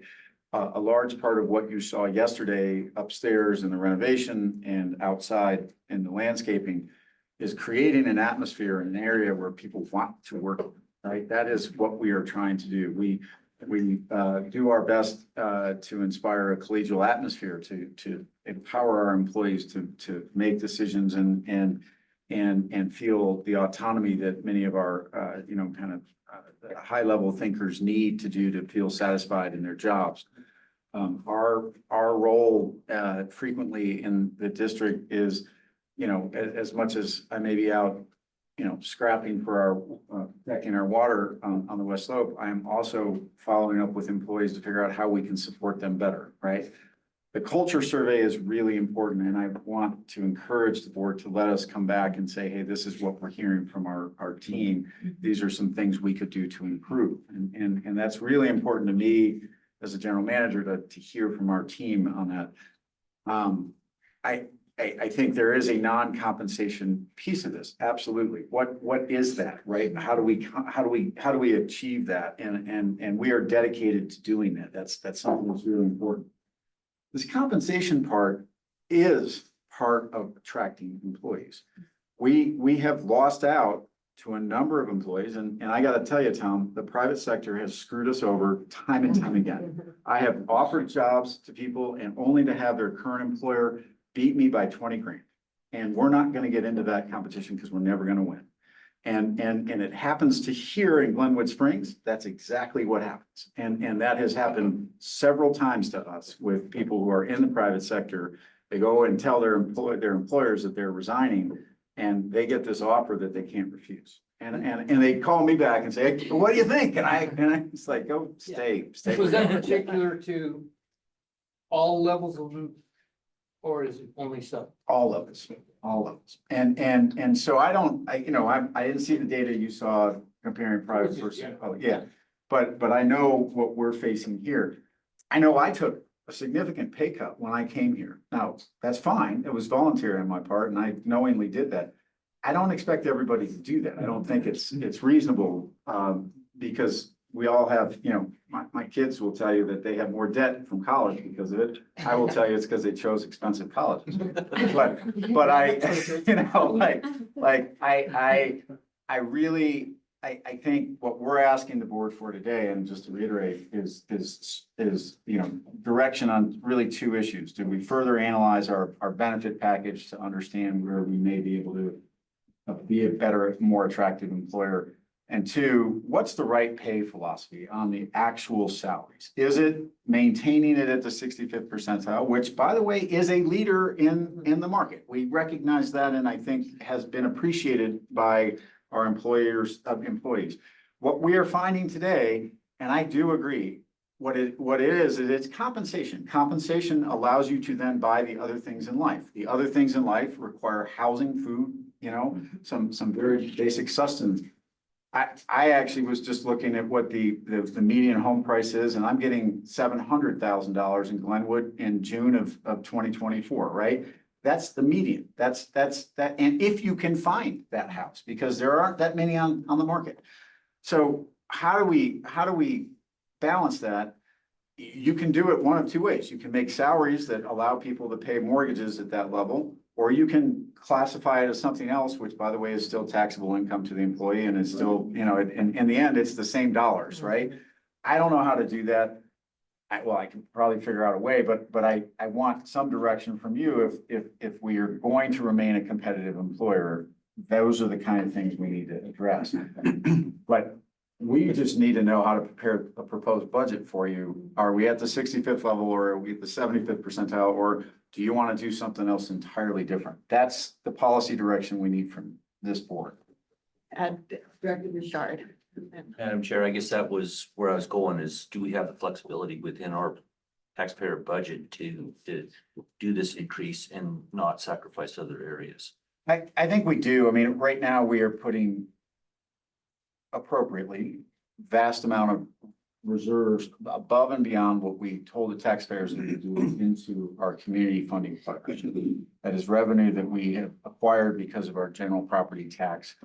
It is absolutely the right thing to do, and that fund is incredibly helpful for all of our constituents. It is allowing us to achieve our strategic goals that are so important in the district. It would just mean taking some of that excess that goes into the community funding partnership and using it in the general fund for salaries. So we can do it, but the question for you is, should we do that, right? And how much of that should we do? We can make a recommendation to you in September and explain our recommendation. You can take our recommendation and toss it. You can come up with your own approach. It really, I think the finances are there. The question is, do you want to? Because we've done away with Tabor, but we don't have any other options in terms of going back to the tax base and asking for an increase in general, do we? Oh, we could. We can always go back to the taxpayers. I will tell you that going to voters to ask for pay for bureaucrats, Right now? not gonna happen, you know. I'm very sensitive to that side of it. Yeah. I'm sure we've Very. done that we need to, but yet still have, as it was said earlier, the rock stars that we need to carry out the need of the district. Director Haas and Director Chavez, and then I think we need to get a recommendation to our staff here. Yeah, I think I'm thinking about it in two ways. There's retention and there's new hires. And retention, this salary issue goes to retention in my mind. It's like, how can we keep the great employees we have? Then there's the new hires, which is really a personal decision. It's like, yes, the salary will help, but it's always going to be, can my whole family move? Can I find a house? You just can't, prepare for all of those different kinds of considerations. But I would suggest, if our budget can bear it, can we look at a 65, a 70 and a 75% increase? So we can kind of see what does that do to the budget? What would we cut? Might be a way, and then I would love to see the culture survey from staff with a question in there about specifically what can make this more palatable, and not palatable, but what can improve our standing as an employer so that we can hold on to people, because that is where the investment made in the staff, that is the organization, is the people. Chavez. I was just gonna make a motion describing what Taylor just said. I'll second. We evaluate the 65th, the 70 and the 75th, while at the same time looking at the total rewards and compensation package and philosophy to see if we're addressing those cultural things that are important with regard to retention. Let's get a second and then we'll discuss. I'll second that. I was All gonna right. say what Taylor was gonna say. Right. Thank you, Director Haas. Moved by So Chavez, second by Dennison. Director I McGinnis. hate to be specific on I'd rather you see a transition of how we get there versus say the 70 and 75 and step into that. We've got a lot of other issues that deal with this. For example, when we talk about the lower end of the pay scale, so we look at the higher end of our pay scale, we can solve some problems because you have higher salaries. We're never gonna solve the problem based on the number Steve just gave us, what your monthly payment is for lower paid employees, lower paid positions, let me put it that way. And so I think we have to, I'd be careful about in this motion, just restricting ourselves to the 70 or 75. I think we need to talk about, get some real expertise in there.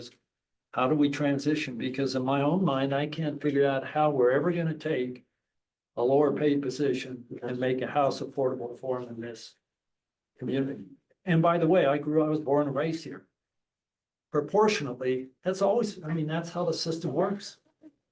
You know, you can't give it, you don't have a right to a house.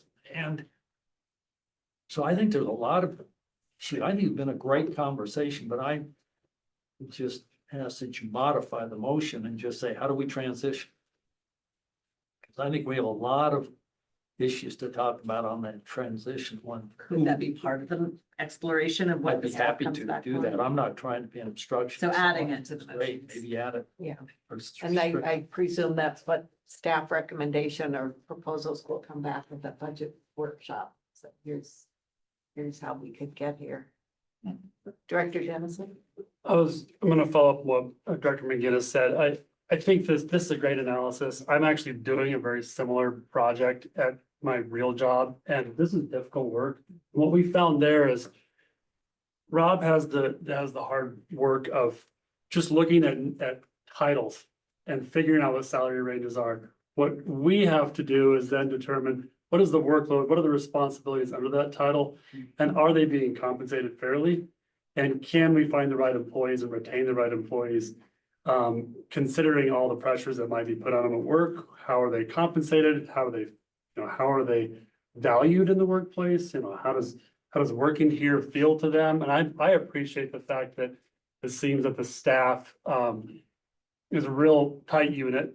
And I think there's a lot of value to that because obviously there's a lot of learning and sharing that needs to go on in these positions. So retaining people in this building, keeping people working here is critical, but digging into the specifics about each role and are they fairly compensated and getting the feedback from the cultural review process is going to be really important in making these decisions. So just want to add on to that discussion. Thank you. So Rob. we have a motion on the floor and I'll restate it and tell me if I get it correctly or not. And that is for staff to come back at the budget workshop with a look at staying where we are, which is 65th percentile on compensation philosophy, 70th and 75th, the dollar amounts, how we would transition to that as far as budget. And then the second piece is looking at the total compensation policy and how we can consider our total compensation. If I can just say, one of those is easy to do by September. The other, the total compensation package and getting the data that we need, even our employee feedback may not be ready for that September. Oh, That's all I would, just so that we set expectations of the board correctly. Part of the that's- strategic. We'll do it as part of the process and we will get you those answers. Right. Please don't expect them in September because I just know that those things. I'm so glad you said that. If we were blessed enough to be selected to do that, I was sitting here thinking, oh my gosh. Yes, thank you for that clarification. All right. Any other discussion? All those in favor?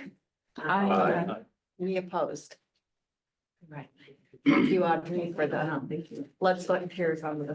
Thank you very much, and really enjoyed the opportunity to work with y'all. And we hope that we can kind of build off of the investment that you've already made to this point and what we know about the district. Help you any way we can. Thank Wants you. to come back to fly fishing. I know. I'm lobbying hard right now. There could be a significant discount. Yes. Did we have a response from them? I don't Thank you for that. Did we ever hear anything? from- Yes, we did. And Doug, I think it, was helpful from my perspective. Doug said, you can throw out the Upper Yampa, Conservancy District data that was reflected in that study that said they're actually allowed $200 per meeting, limited to a total of $2,400 for the year. So our response on that seemed to be incorrect, the data that we got. And then he said he also supports a discussion of board payments moving to another time separate from employee pay scales. So I think you addressed both of those. Thanks, Director Hazard. Putting that back up. All right, we are now moving to 3:45 yesterday afternoon.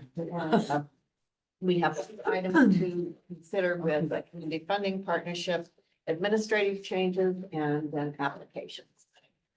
Amy and Melissa, we'll turn it over to you. Before we start, I mean, it's totally up to you, Madam President, schedule wise. Do you want people, if they are in need of a bio break, to just take them on their own or do you want to break the meeting for you? Let's take a quick break. Be back at 10:30. Okay. Thank you. All right. You know how she is. She's just not. Maybe you should review the bylaws and how this. Suggesting that Andy, we've solved the housing crisis and and the compensation issues. All right, we'll turn it over to Amy and Melissa now, to talk about community funding partnership. Thank you, Madam Chair. We're going to start our community funding partnership discussion to finalize some of the administrative action items that we've been discussing since January.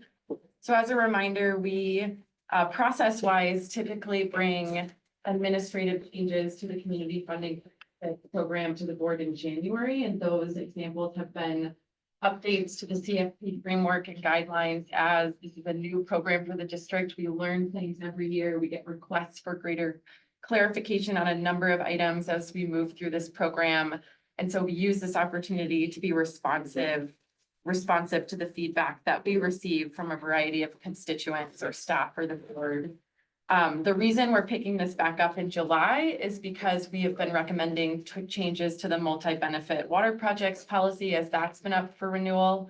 And we wanted to keep pace with the same timelines that we adopted the policies. So as you think back to yesterday, the way we left off the policy discussion was to discuss this multi-benefit water projects, and we opted to discuss it in the context of CFP. And so Melissa has the red lines up on the screen. And I'll just note as you go through the CFP materials, the red lines that we've highlighted in yellow are additional changes that we made as staff in response to the board feedback from January and April. And so this addition to the multi-benefit water projects is responsive to the board's discussion of the importance of funding projects related to aging infrastructure and how oftentimes those do align with multiple benefits. And so this additional paragraph that we've added to the introduction has 3 themes. It recognizes that the Western Slope faces existing water systems and infrastructure that are many times a century-year-old, yet facing the same demands in present day or facing present day demands.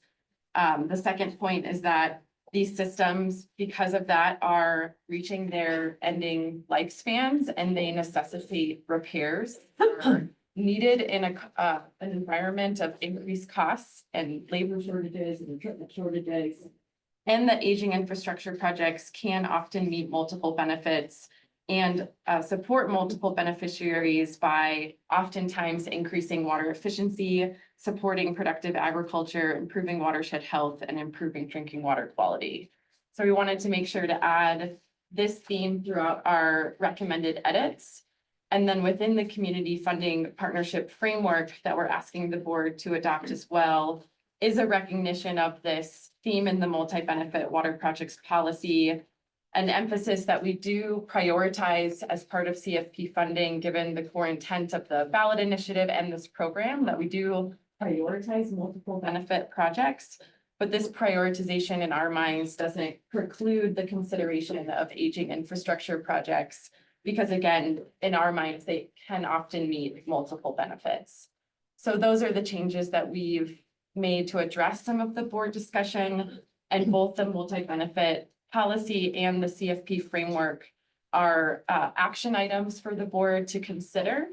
And then we've also included the recommended red lines and the guidelines that have not been a board action item, but we're happy to discuss some of those red lines, and those are included in your packet for awareness as well.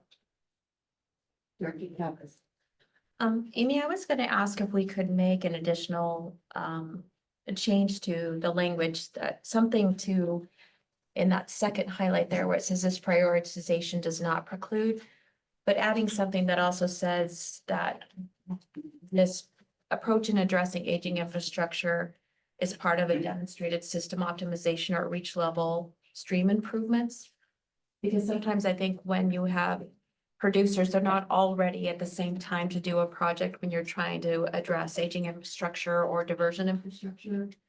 But that if someone can demonstrate that it's part of a broader level system optimization improvement or reach level improvement, that the river district also take that into account as these cumulative benefits to the stream system and the health of the stream system.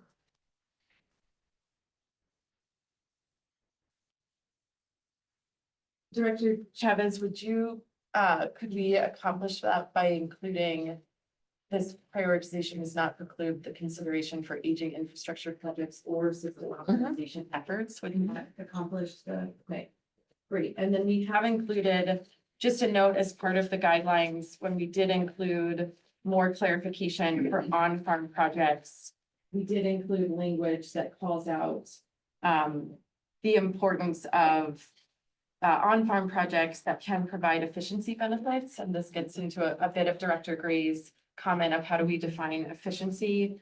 We did include those benefit examples such as eliminating seepage losses, system optimization benefits downstream water users, improvements to water quality impairments, and ecosystem services to provide a suite of examples. It's certainly a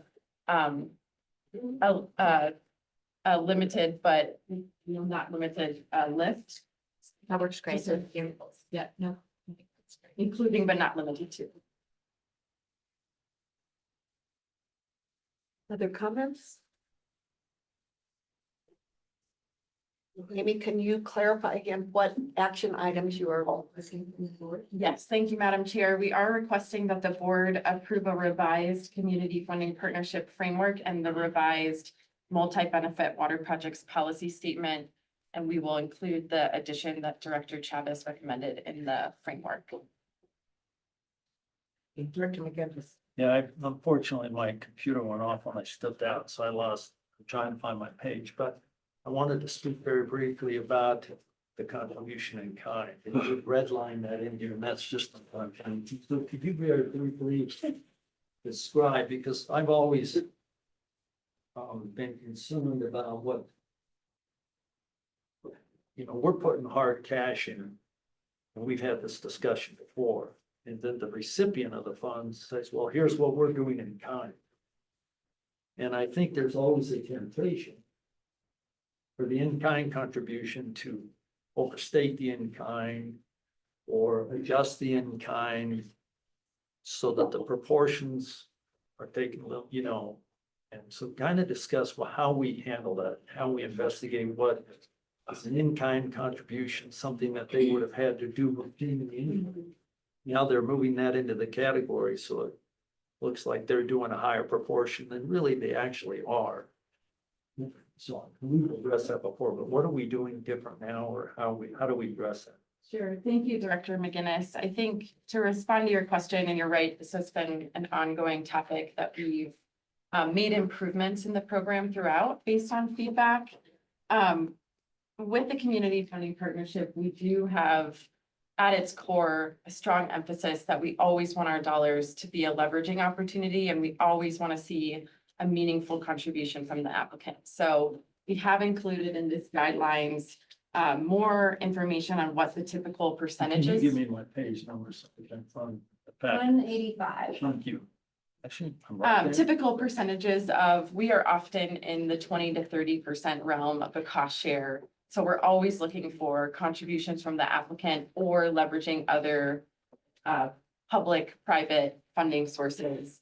And so where we've been with in-kind is to include it as a separate line item within the budget. We ask for additional narrative in the budget. Those have been recent improvements to our application of, if you are going to include in-kind services, please explain to us in a budget narrative what that entails and what is that format. And then the highlighted section that we've added to the guidelines based on the board discussion of late was that the applicant must also provide additional details on the methodology to determine the cash equivalents. So we not only understand our in-kind is project administration, or our in-kind is our equipment usage. We go one step further to say, and here's how we translated that into dollars. We wanted to be careful of not aligning too specifically with a certain methodology that we as staff would have to keep up and constantly update our pricing considerations. But we wanted to put the onus on the applicant to include more of those details so we could determine from our perspective as staff and as we would recommend projects to the board, what the level of in-kind is. So how do we assess kind of our expectation of the burden sharing of the applicant, the beneficiary? How do we assess what's a fair proportion in actual cash? And whether it's private, public, and then the in-kind you kind of answered. Oh, I think with the CFP program, one of the unique characterizations of our funding program is that we've opened up an opportunity to not set bright lines in a few areas. And one of the pieces of feedback that we've received is, one option would be to say CFP requires a 50% match, or we require X percentage. And we've opted to keep that more open-ended in terms of, we typically are in this 20 to 30% cost share range. So at the get-go with applicants during our pre-application call, we do opt-in level set of, we are not expecting to be a 90% funder in any project, but let's hear what are the opportunities you have to leverage other sources of funding, because each project is different.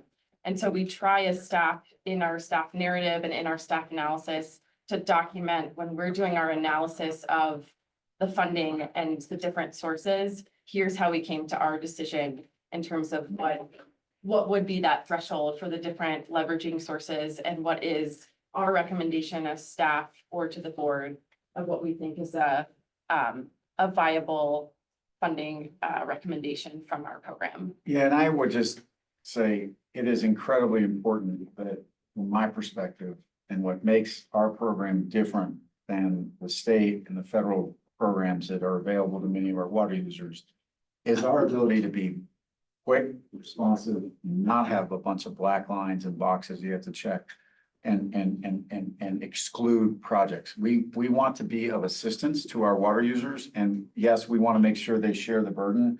But if we set black lines, we all of a sudden find people who have incredibly worthy projects that will further our priorities ineligible for it. And we have priorities that this board has set in the policies that we're driving with these funds, and we've got to be able to drive them. And so having that flexibility and some discretion is really critical to our ability to be an effective program. And it really is what our water users appreciate about our funding opportunities. So I think that's great. And I think it's a strong asset. Let me ask you this. If we're dealing with a conservancy district and someone else that has the ability to go to their shareholders or their taxpayers and ask for an increase to help fund project, do we look at that and say, hey, you go to your taxpayers just the same as we go to our taxpayers? Now, in Mesa County, we had a dramatic request from an entity that just didn't want to go to their taxpayers. They wanted us, the county, to take the heat. We had no budget, so just let's give them a grant.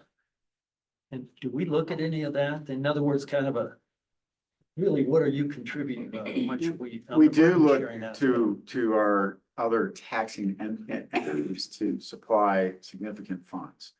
Where these black lines are, we're trying to avoid it, are those privately held ditch companies, those farmers and ranchers who, you know, coming up with the cash is really hard. And honestly, like not, they're not growing marijuana, they're growing alfalfa, right? Look So, specifically at that. Yeah. Really a hardship, because we've got a lot of wealth that has come into our area on these ranches. we, And I talked to one of them the other day and they were pretty excited that we might be subsidizing, you know, while he's off on his jet in Florida. yeah. And I'm going, you know, it's not right. It's not, that would not be right, and that is something that is considered by our staff.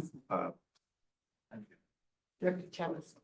I was just gonna say that staff has been really helpful in my conversations with them about different grants that we brought forward to say, we can't fund it at that level, but have you guys thought of this grant or that grant or other, or have you reached out to so-and-so? So that's super helpful in terms of helping some of our applicants raise additional funding in support of their project.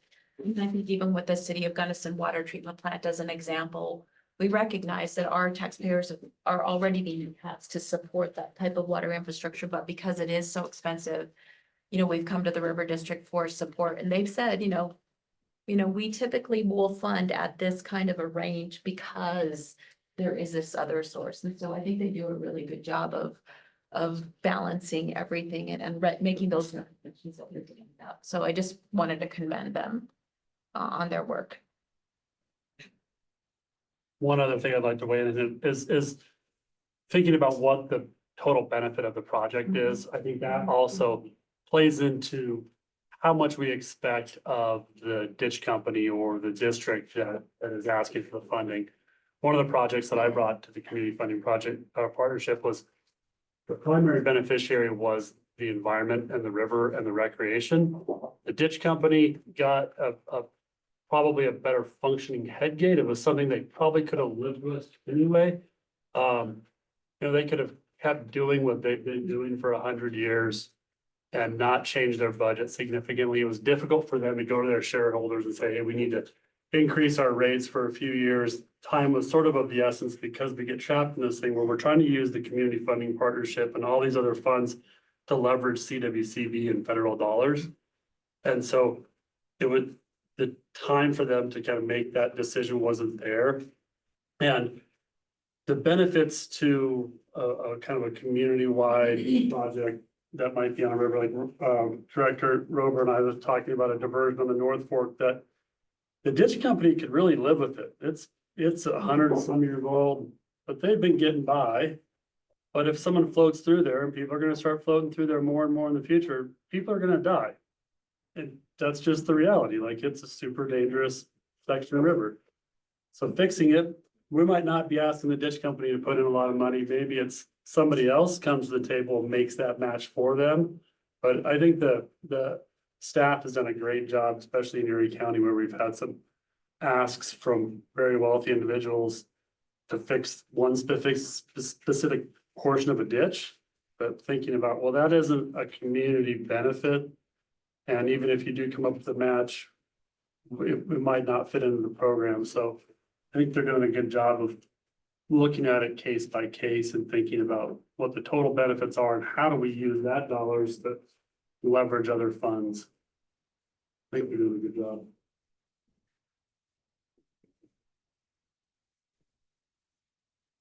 We could add the question as to how many personal jets you own or.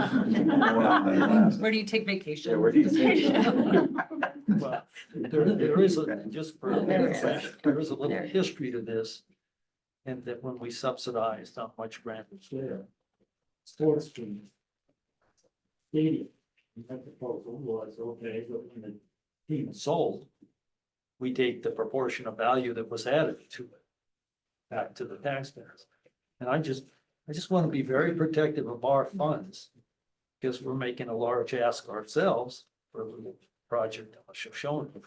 So just want to make sure we're protecting our resources. Totally agree.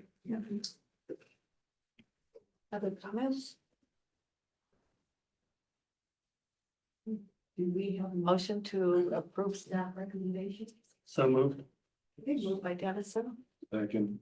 second by Rober, and that includes the additions by Director Chavez. All right, all those in favor? Aye. Any opposed?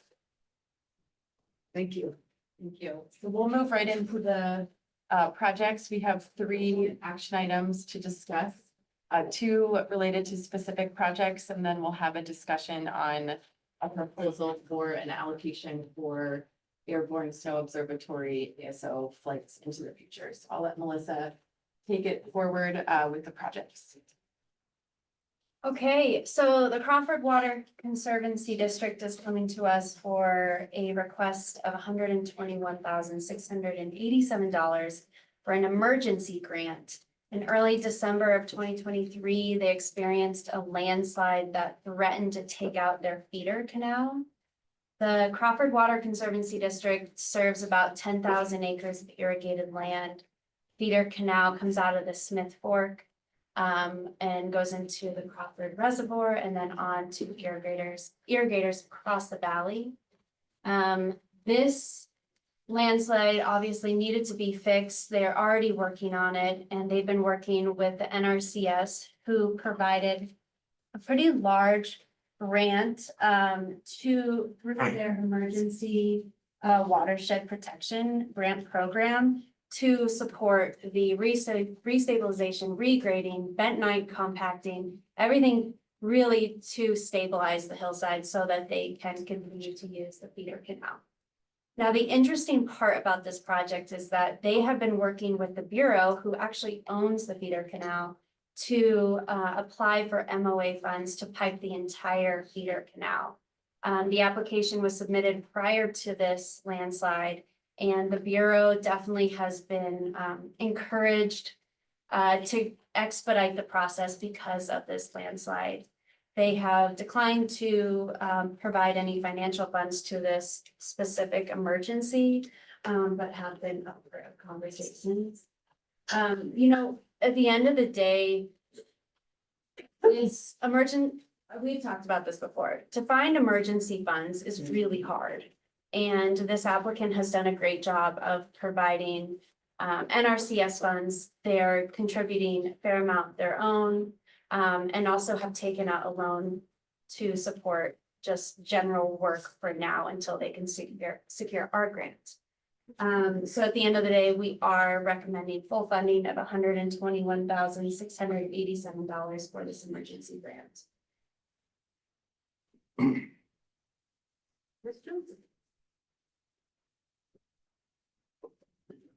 Director has it. I guess I'm not opposed to this, and I understand it's an emergency, but it just seems really strange that the Bureau never has any funding or provides anything. I don't know if I'm looking at it wrong or not, but you know, they own an awful lot of projects, and it's kind of upsetting that they're not willing to. Yeah, I think it's. Yes. All I have to say is I think yes. it's a long-standing issue with the relationships with the conservancy districts as well and how they operate these projects. And so the Bureau is looking through the MOA funds to support the larger piping needs of this project. And so this emergency grant continues to move them down that path to some pretty large scale critical infrastructure upgrades. It is a difficult conversation of authority in terms of where the Bureau can assist in an emergency context. And we look to Dave Cancer too, who has a long history of these types of dynamics. Dave DK or Raquel, who may want to weigh in on that as well. I think there's equal frustration on our end, on the applicant's end, in terms of the ability to provide financial support in that capacity. Does our contribution go towards their cost share for the entire piping project? No. It doesn't help. No, this is just to restabilize this landslide. The entire piping project, they're expecting to be over $8 million. Director McGinnis. And probably expecting him then to come back Most on the likely, pipeline. not. I think most of the funds will be covered by the MOA funds. If we made that point to him, that this is kind of this is where we stop, or is this gonna be a continuing request for funding? I think we have not made that point directly, but we have made it clear that this is where our funds are most useful in emergencies like this. And that we have a small pot of funds and that for us to make an impact on an $8 million project cost would not be worth their time for an application. Director Catlin. Well, I'd like to make a motion in favor of funding this request. Second. Okay, by Catlin, second by Beckley. All those in favor? Aye. Healthy County. Okay. Remember last time when we had said As a reminder with our equity targets, you report those every quarter. But given the commitment for the Shoshone contribution, we have been focused on our outreach in the Gunnison Basin, the Yampa White Green and Pitkin County to realign those equity targets. So we are seeing more requests from Delta County that at one point was tipped the scales a little bit. So I think that's good context that. Yes. Okay, next one. Cimarron Valley and River Watershed Coalition is applying for a grant on behalf of the Big Blue Ditch Company. Big Blue Ditch is located south of Blue Mesa Reservoir. And they are requesting $122,451 to relocate their headgate diversion, as well as pipe the first 500 feet of their ditch. This project requires a little bit of background. They applied and received a $45,000 accelerator grant in 2022 to complete the necessary engineering and apply for a federal grant for this project, plus including some environmental benefits, a fish barrier and other infrastructure upgrades. Now, they unfortunately were declined the grant because it lacked sufficient environmental benefits. And so the ditch company came back to the drawing board and said, if we remove the environmental benefits, the fish barrier, the NEPA permitting processes, our budget will decline substantially. And we think we can continue to get this project done. So that is why they're coming back to us for funding, specifically just to relocate the diversion as well as pipe the first 500 feet. Relocating the diversion is important because right now it's at a place where it just swallows most of the sediment. It's forced to take more water than it can actually hold, and is in a poor location. And at the same time, this ditch has experienced about 4 hillside landslides in the past 20, 30 years. And by piping this initial 500 feet, they will definitely be able to prevent as best they can future landslides. The staff have spent some pretty integral time with them and have come with the conclusion that we would like to recommend half of their request. So it'd be $61,233, which would represent 15% of the total cost. There's 2 reasons for this. The first one is that the project doesn't quite include a diverse amount of multiple benefits to really meet that reasoning for 30% cost share. When we look at projects that we have provided 30% cost share, they definitely have strong multiple benefits. This one is pretty centered on ag and infrastructure. And the second reason is that we step back a little bit and say, okay, we provided a $45,000 accelerator grant. They're requesting 122. They also just experienced another hillside collapse in the spring and intend to come back for an emergency grant, which actually would be it could be a very fitting project to our program. And so if we look at all of those under one umbrella, it's definitely more advantageous to support them at the 15% level for the project. Carrie Dennison actually has been boots on the ground with this project years ago when it first started, as Trout Unlimited originally was a partner. The last thing I will say is that this is just phase 1, phase 2 and beyond. They're looking to pipe their entire ditch about 9,700 feet, as well as introduce SCADA automation. And intend to work with the NRCS to figure that out. So overall, we're recommending half of their request at $61,233 for this project. Director McGinnis and then Director Dennis. Help me out on this. So are we in the beginning of multiple phases of a project, and this is just this one, and you're gonna keep this group, since you're familiarity with them, are gonna keep coming back to us on landslide, 9,700 feet of ditch, et cetera. And if we are, when's it stop? What's our estimate of bottom line at the end? That is the question. And that's where I have a lot of bias. I first came, so this ranch sold in, I don't know, maybe 10 years ago, and the previous rancher, asked to talk to me about Blue Creek below the ditch and I went and met with the ranch manager and we looked at this ditch and I said, boy, wouldn't it be great if we could fix your ditch? And he said, yeah, that'd be a great way to kill the fishery of Blue Creek. And I said, what do you mean? He goes, well, this ditch leaks like a sieve for about 9,700 feet. And the way it works now is the entire Blue Creek ends up almost in this ditch, or the majority of the water, and then it seeps out of this basin. And if you've ever driven over Blue Pass, you look down on that little creek that runs down there into the Blue Mesa. It's a beautiful creek, sports a heck of a fishery. He said, that's all gonna go away. And so this, I kind of had some, learned a lot from this old cowboy, and, new owner bought it, and they had some landslides, and then they reached out to me and said, let's think about how to fix this. And he showed me where the landslides were. It's really obvious. They've been fighting this forever. Part of the problem is because they don't have control at the point of diversion, when Blue Creek runs hard, all these fine gravels wash into the ditch because of the invert elevation of their push-up dam.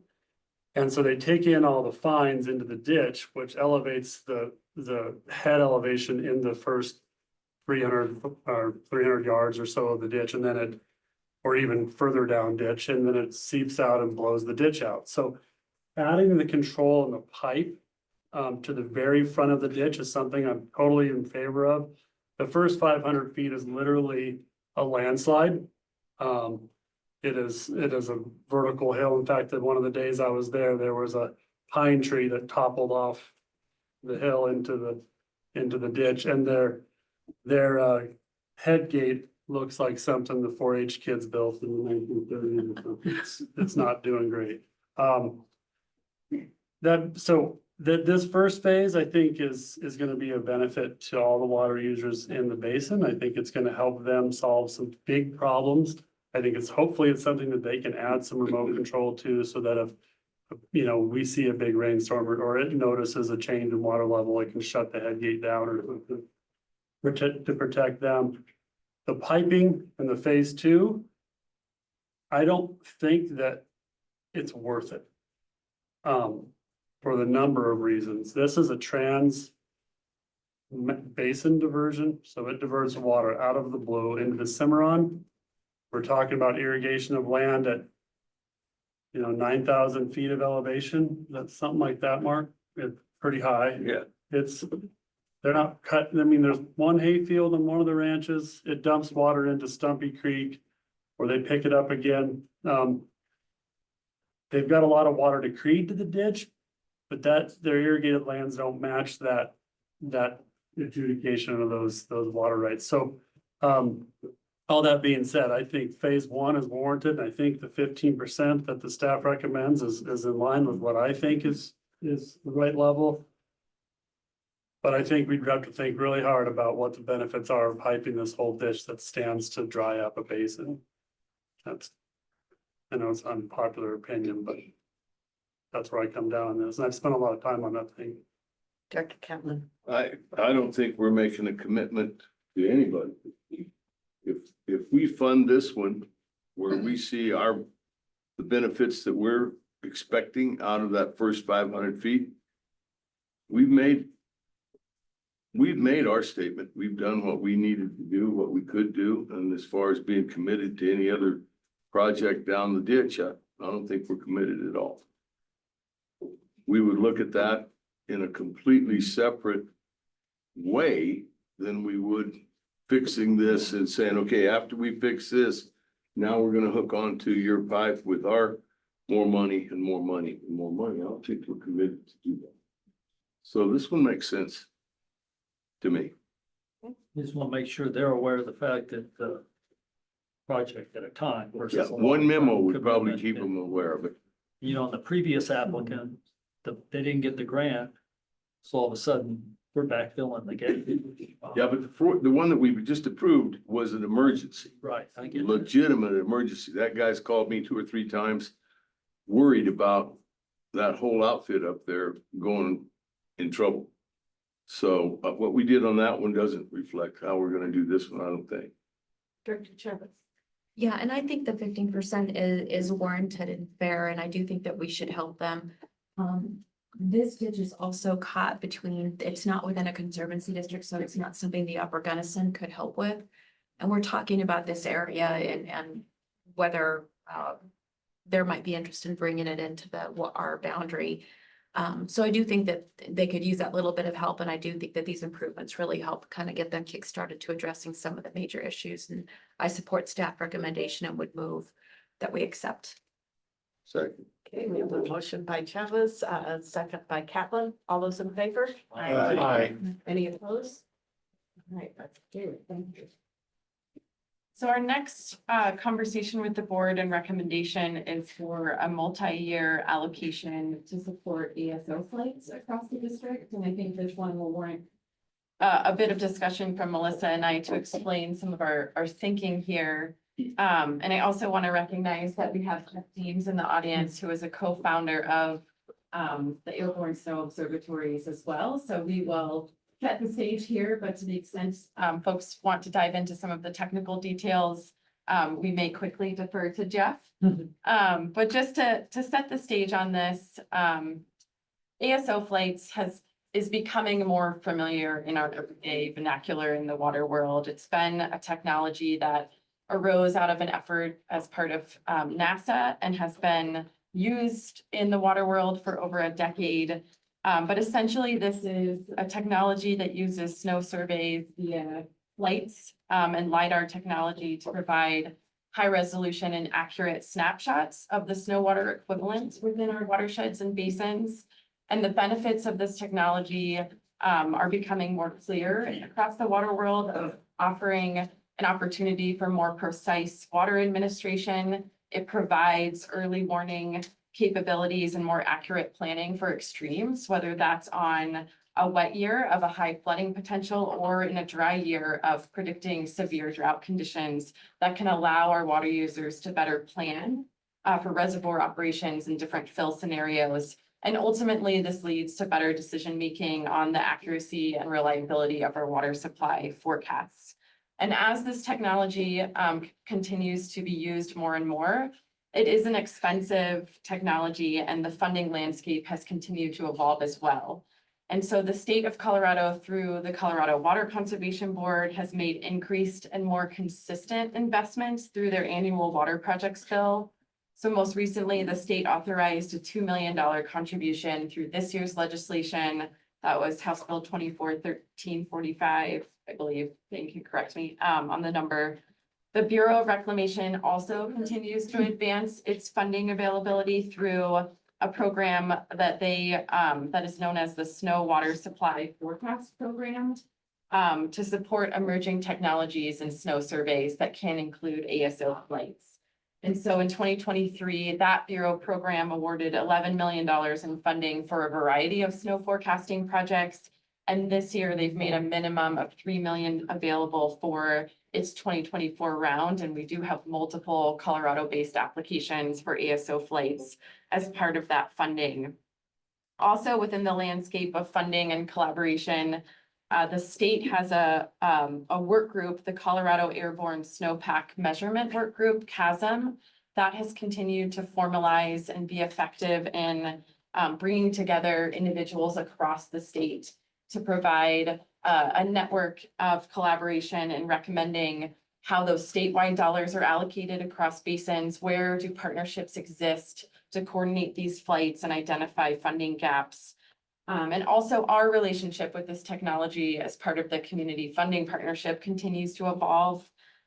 We have had consistent participation in CHASM through our technical team, primarily through Dave Kinzer's involvement, and also with our technical folks that work specifically with each of the basins that we serve. And the board might remember that in 2022, we made a funding award of $75,000 to support flights in the Roaring Fork Basin. And at the time, we made that consideration of, well, where are there other areas in our district that are also looking to use these flights? And that was a conversation we had at the board of who's ready to use these flights and where does existing funding have the capability to move this technology forward. And so as this interest continues to increase across our water users, this spring, we received 2 proposals for funding from the Community Funding Partnership to support ASO flights. One proposal that would be under our general manager's authority, one proposal that would be under the board authority level.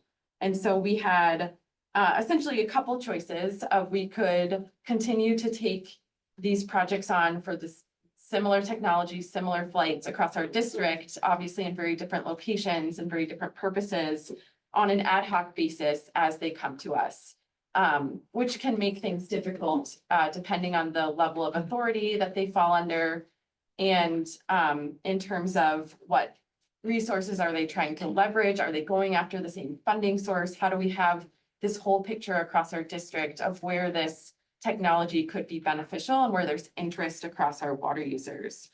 And so as we thought through an approach of how could we do this most strategically with our CFP funding resources and how could we adapt to the federal and state resources that are at play. And in large part, this CHASM work group spends a lot of time making recommendations of how to allocate the funding that was authorized through the water projects bill, how to piece together partnerships to fill gaps. And so working closely with our technical team, that's where we have proposed setting aside a 3-year allocation of $500,000 to allow us to use CFP funding in the most strategic way to leverage resources that are in existence, and take a district-wide lens of where is their interest in these flights, where are there opportunities for partnerships, and to continue to see how this technology evolves, both in the funding landscape, interest across water users, and continue to see how this data can lead to more informed decision-making and more informed precision. And so with this multi-year allocation, what we would recommend is that the board would authorize a $500,000 allocation for ASO flights over the next 3 years. And working closely with the technical team, working closely with the CHASM work group, we would recommend the annual distribution of here's how these CFP funds can fill critical gaps across our district in alignment with specific criteria. Already, we would use our base CFP funding guidelines and criteria, our equity targets to make these decisions. But we've offered the following some additional criteria points that Melissa will walk through as to how we would inform what would we use to make our distribution recommendations of the CFP allocation. So I'll let Melissa walk through that. And then I'd also want to make sure we offer an opportunity for some of our technical folks that work closely on these work groups to weigh in on anything we might not cover. So the technical team and staff would use this criteria for each application. Requests cannot exceed over 20% of the cost share. 3 years of flights max. They need to display multiple benefits. We provided specific examples in your packet on how they could do this. And really, like most importantly in our eyes is that can they display how this data will actually be used and how it will provide benefit to their region, whether this is through the operations of their infrastructure, their water managers using it in a more integrated manner. And we used this criteria to review the Upper Gunnison River Water Conservancy District's application and the Upper Yampas as well. And they both met the standards listed.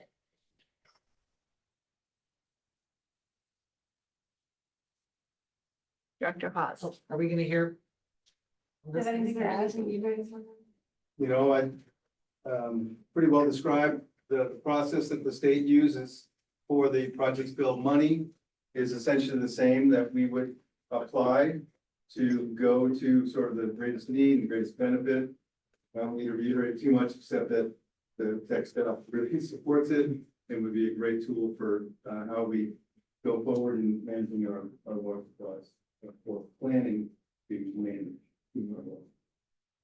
Amy, how could we, I assume we can't make a multi-year commitment like the local governments cannot. So is there, do you have language that's allocated each year? Well, our typical contract period of performance is a 3-year allocation. So typically when we award CFP funding, when we go through the contracting, we make that available for 3 years. And so we've made the same, we would make the same period of performance for this ASO fund if we would allocate the full 500,000 to this year's allocation for the program, but it would be available to be used across that 3-year period of performance. Does that help? Thank you. Yes. Director Haas. Yes, thank you. Well, I'm super supportive of the science and understanding, like, we need new tools, right? The way we're facing such changes in our climate and how things are playing out on the ground. I'm really supportive of that.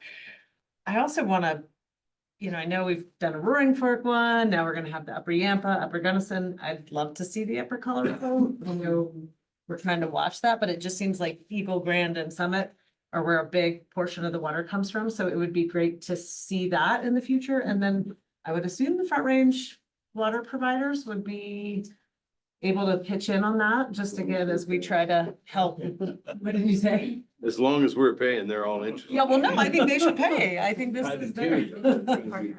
Yeah, but I also am really curious, like, as we learn what the science is showing us, I'd be curious about, where is the water really coming from? Because I think, like, for example, Forest Health is changing the way runoff is happening. And so can this help show us, like, where do we really need to focus those forest interventions so that we can make sure that the snow and precipitation that does fall actually has a better chance of making it to the river. So I just think there's a lot to explore here and look forward to seeing this. Yeah, Director Chavez and then McGinnis. Yeah, so Taylor, part of our grant application for the Upper Gunnison is sort of a joint request between the North Fork Water Conservancy and the Upper Gunnison to support flights in the North Fork and the East and the Taylor. We brought in a lot of other partners from USGS and Department of Energy, Lawrence Berkeley National Laboratories, because we were asking those very questions about, especially in the East River Basin, it's prime for that type of research, and the DOE is very interested in it. How does the way you manage that forest impact timing of snow melt distribution, wind distribution, dust on snow, and other, those other kind of big science questions? But it's really important because we're pushing to manage our forests in a better ways, but what does that look like and what are the impacts? And where? And so, yeah, I think a big part of it in just describing the benefits, and I'm glad you guys mentioned that the multi-benefits is that we should be looking at those other things, because USGS is working in the Upper Gunnison Basin doing those big, the NGWAS, that 10-year intensive data collection effort. But then you also have DOE looking on atmospheric sciences and aerosols and all this other stuff. And so I think there's a lot of benefit, or could be, to funding ASO and having this pot. So just wanted to throw that in. Thank you. Thank you, Madam Chair. I think it's very, very helpful project. I just, and I like the equity targets that you've gone through. If this industry out there is changing dramatically, with the use of drones. And these, you want to get into expensive, Mr. Catlin, or Representative Catlin could help us on this, new $34 million helicopter the state just bought. Hey, that we may not even use, this is a good one. Never used it, pay our pilots, but that's changing. And so we ought to stay on top of that technology and make sure that our contractors, they need to fly those airplanes and pay for them. So there's an incentive to get those planes in the air.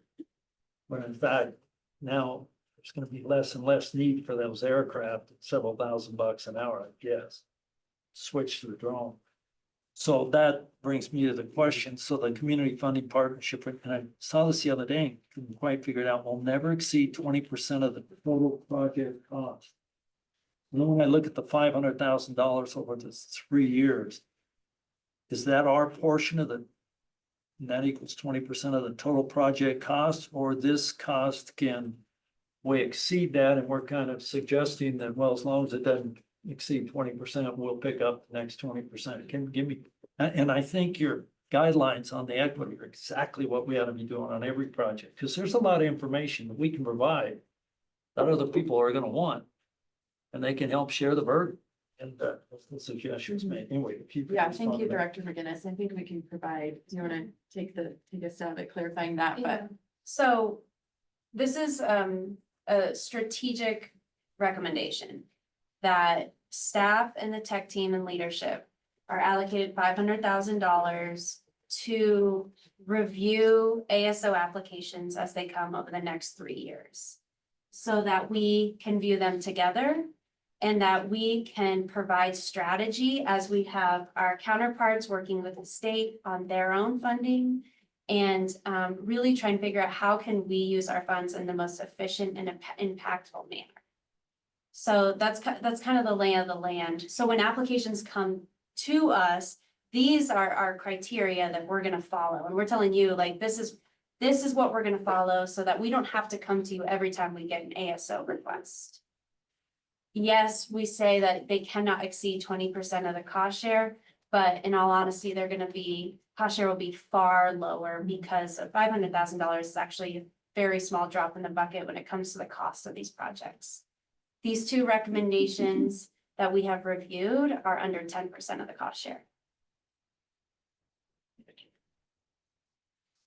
Yeah, Director Van. I think this is emerging science, just like Director Hawes kind of talked about, and I think there's the potential for this to be another step further. We know that there's specific basins, drainages, whatever, little holes that are in the mountains, little oxbows that get annually more precipitation than others.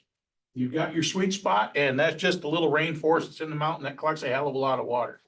I think it'd be great at some point to actually start overlaying this data on top of those wet spots that we know in the mountains, and maybe that would be an area that we could prioritize doing some watershed management or working on that sponge that's up in there. But even take what's working over there, if we see that there's great green, healthy forest, use that as the prime example to take it over to the asbestos fields, as someone else kind of referenced here the other day, you know, that we're finding where everything's dead. And it hasn't been done yet, but I think that's an area that could be done with the utilization of this data and be very accurate. You're gonna find that hotspot when you start getting the data over several years.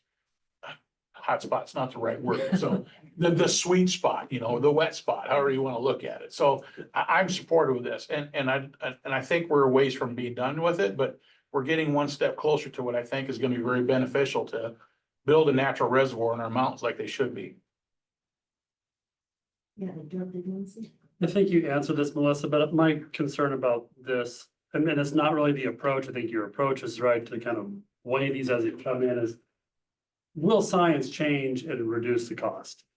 I don't know what type of cameras are used, and I'm probably not smart enough to even understand it if you told me, but I do know that there are projects out there using LiDAR and hyperspectral cameras that are being able to identify invasive species in forests using plane drones, like, and larger helicopter drones, and you can get a LiDAR drone now for $27,000. So it's like, yeah, is the technology gonna catch up and replace this? And can we adjust automatically? And I think your answer is yes. That's just my overall concern, is that this is really, really expensive. And knowing these things is cool, but doing something productive with it's a whole nother step, and I would hope it gets cheaper and we can react. I'm glad you brought that up, because some of the strategy here is, let's limit this to 3 years, because we know the technology is gonna change. We know the funding landscape is gonna change. So we can just have an allocation to get us through the first 3 years. And it also allows more time for our tech team to work with Jeff Deems to figure out what is the future of this. And Jeff, if you have any comments too on the future of ASO when it comes to technology and the pricing behind it. Yeah. So, If Yeah. the board is interested, we Oh, yeah. can bring Jeff up to. Please. Yeah, thank you. I appreciate the director's comments. The funding landscape and the technology landscape, as has been mentioned, continues to evolve.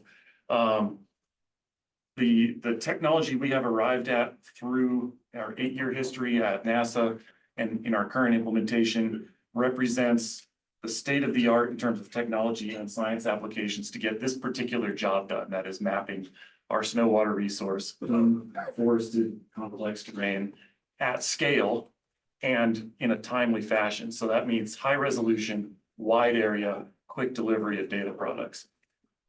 We are not going to last very long as an entity if we are not aware to the changing landscape of the technology.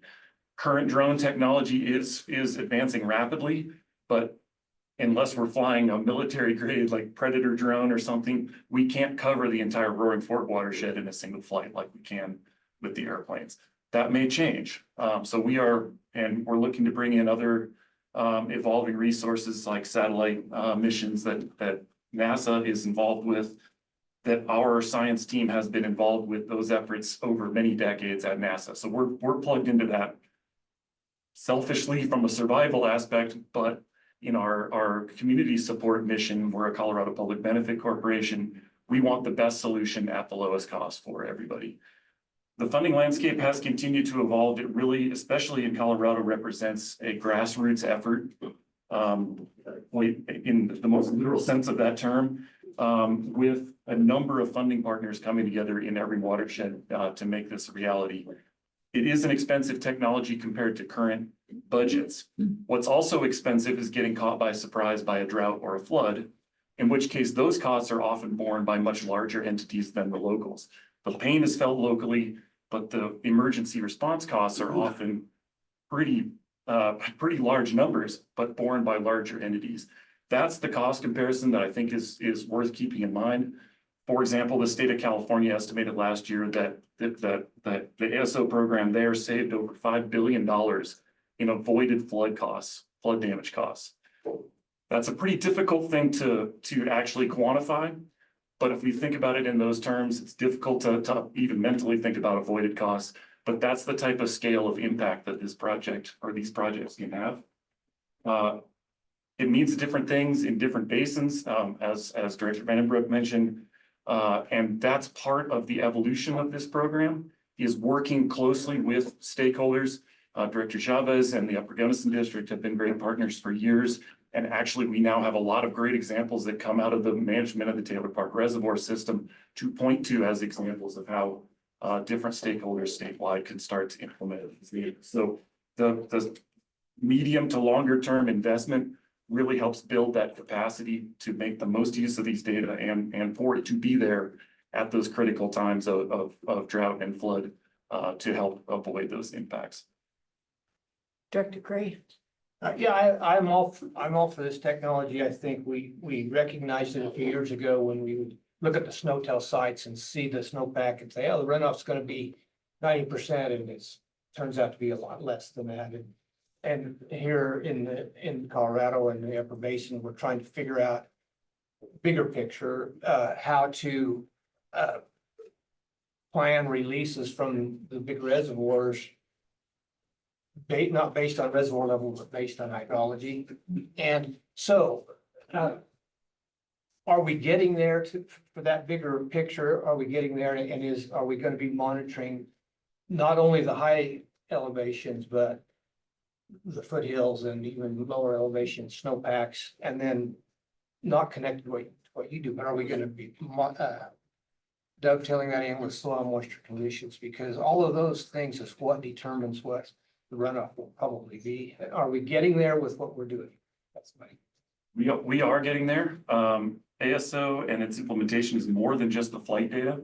We also work with snowpack and hydrology models to actually produce runoff forecasts that are informed by the flight data, which is a critical step. That takes it to decision support data rather than having to make some inference. Great, we know how much snow is up there accurately. What does that mean for runoff? So that step is critical. it has impacts at all scales, from operation of local infrastructure to impacts that aggregate to big basin scale, to the operation of the Colorado River system, for example. We've got good buy-in, and this ties back to the funding landscape. We've got good buy-in from the Colorado River Commission. They're interested in expanding the program and legislative traction as well at the federal level. So we're working really at all scales to help build this out and diffuse that financial impact on the smaller entities. Director Jones.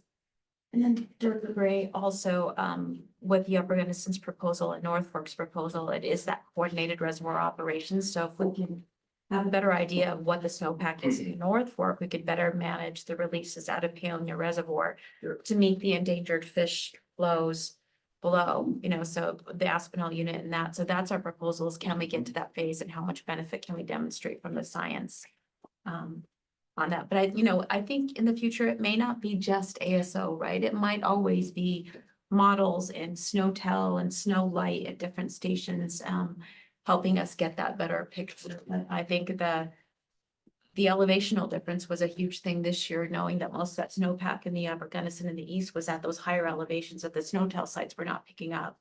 We could have conserved too much in the beginning, which is really important for getting those crops going.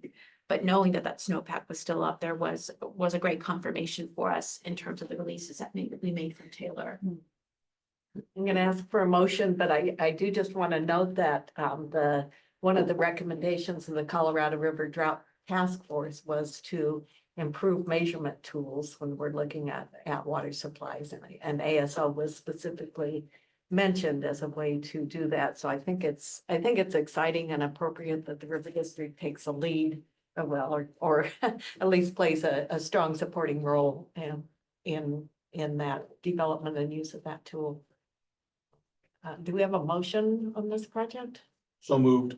Okay, moved by Vandenbrink, second by Haas. Any further discussion? All right, all those in favor? Aye. Any opposed? All right, motion passes. Yeah, thank you. So, for external affairs, Zane and Matt Abusi are gonna come up. Matt is. Oh, He may have just stepped out. I think you guys scared him, and this is how we don't do employee retention. We scare them. No, Matt's coming right back in. We give them hell to begin with. Yeah, and right. then Break good- them in well. After we get started. But we have Lindsay DePrades online, live from some warm beach somewhere on vacation. We'll just say that the general manager suggested she not call in and participate because she was on vacation, but she is absolutely wanted to be here and participate and make sure that the board was aware of what's going on. Lindsay has done an amazing job since Marielle departed the district earlier this year. Lindsay's really been carrying the weight of the external affairs team on the communication side. So I think it's appropriate. Lindsay's going to let us know what she's been up to, what the district has been up to.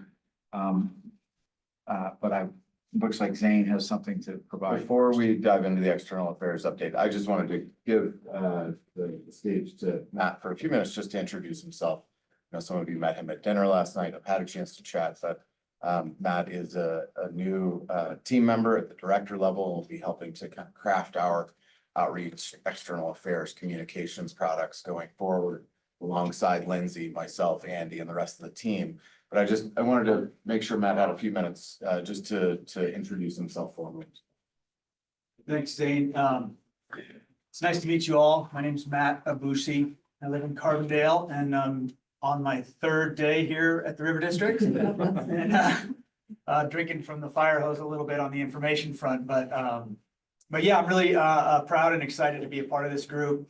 Just really impressed with all the passionate, knowledgeable people in this room and on the screens, and excited to dig in and apply my experience. I come most directly from a public relations firm based in Carbondale called Backbone Media, where we worked on lots of consumer-based stuff, but also some natural resource and conservation work. Previous to that, an agency based in Anchorage, Alaska called rising tide communications where we're much more on natural resource, public affairs, public relations, and some mining and water-based issues there and around fisheries primarily and native resource use.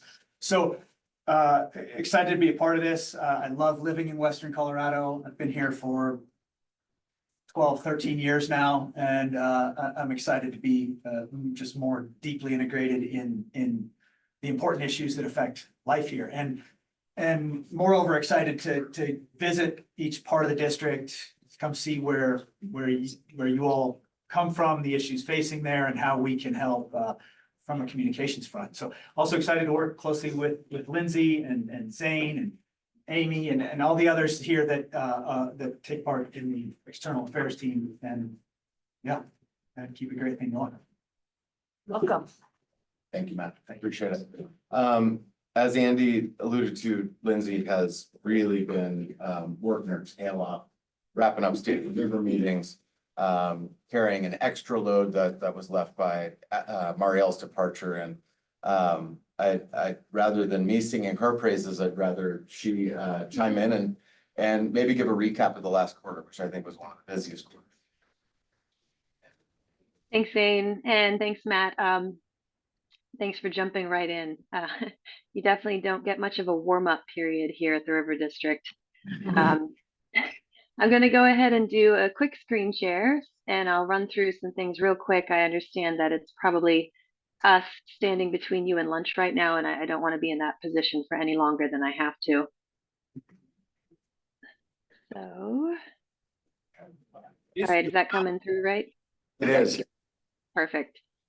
Okay, so a quick recap of State of the Rivers. As I mentioned in the memo, this is one of the biggest investments of staff time and resources of the River District EA team.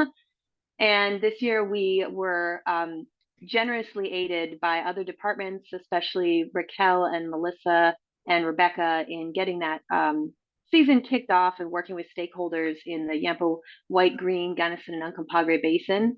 And then the EA team proper took over for more of the main STEM events, and our totals for that season.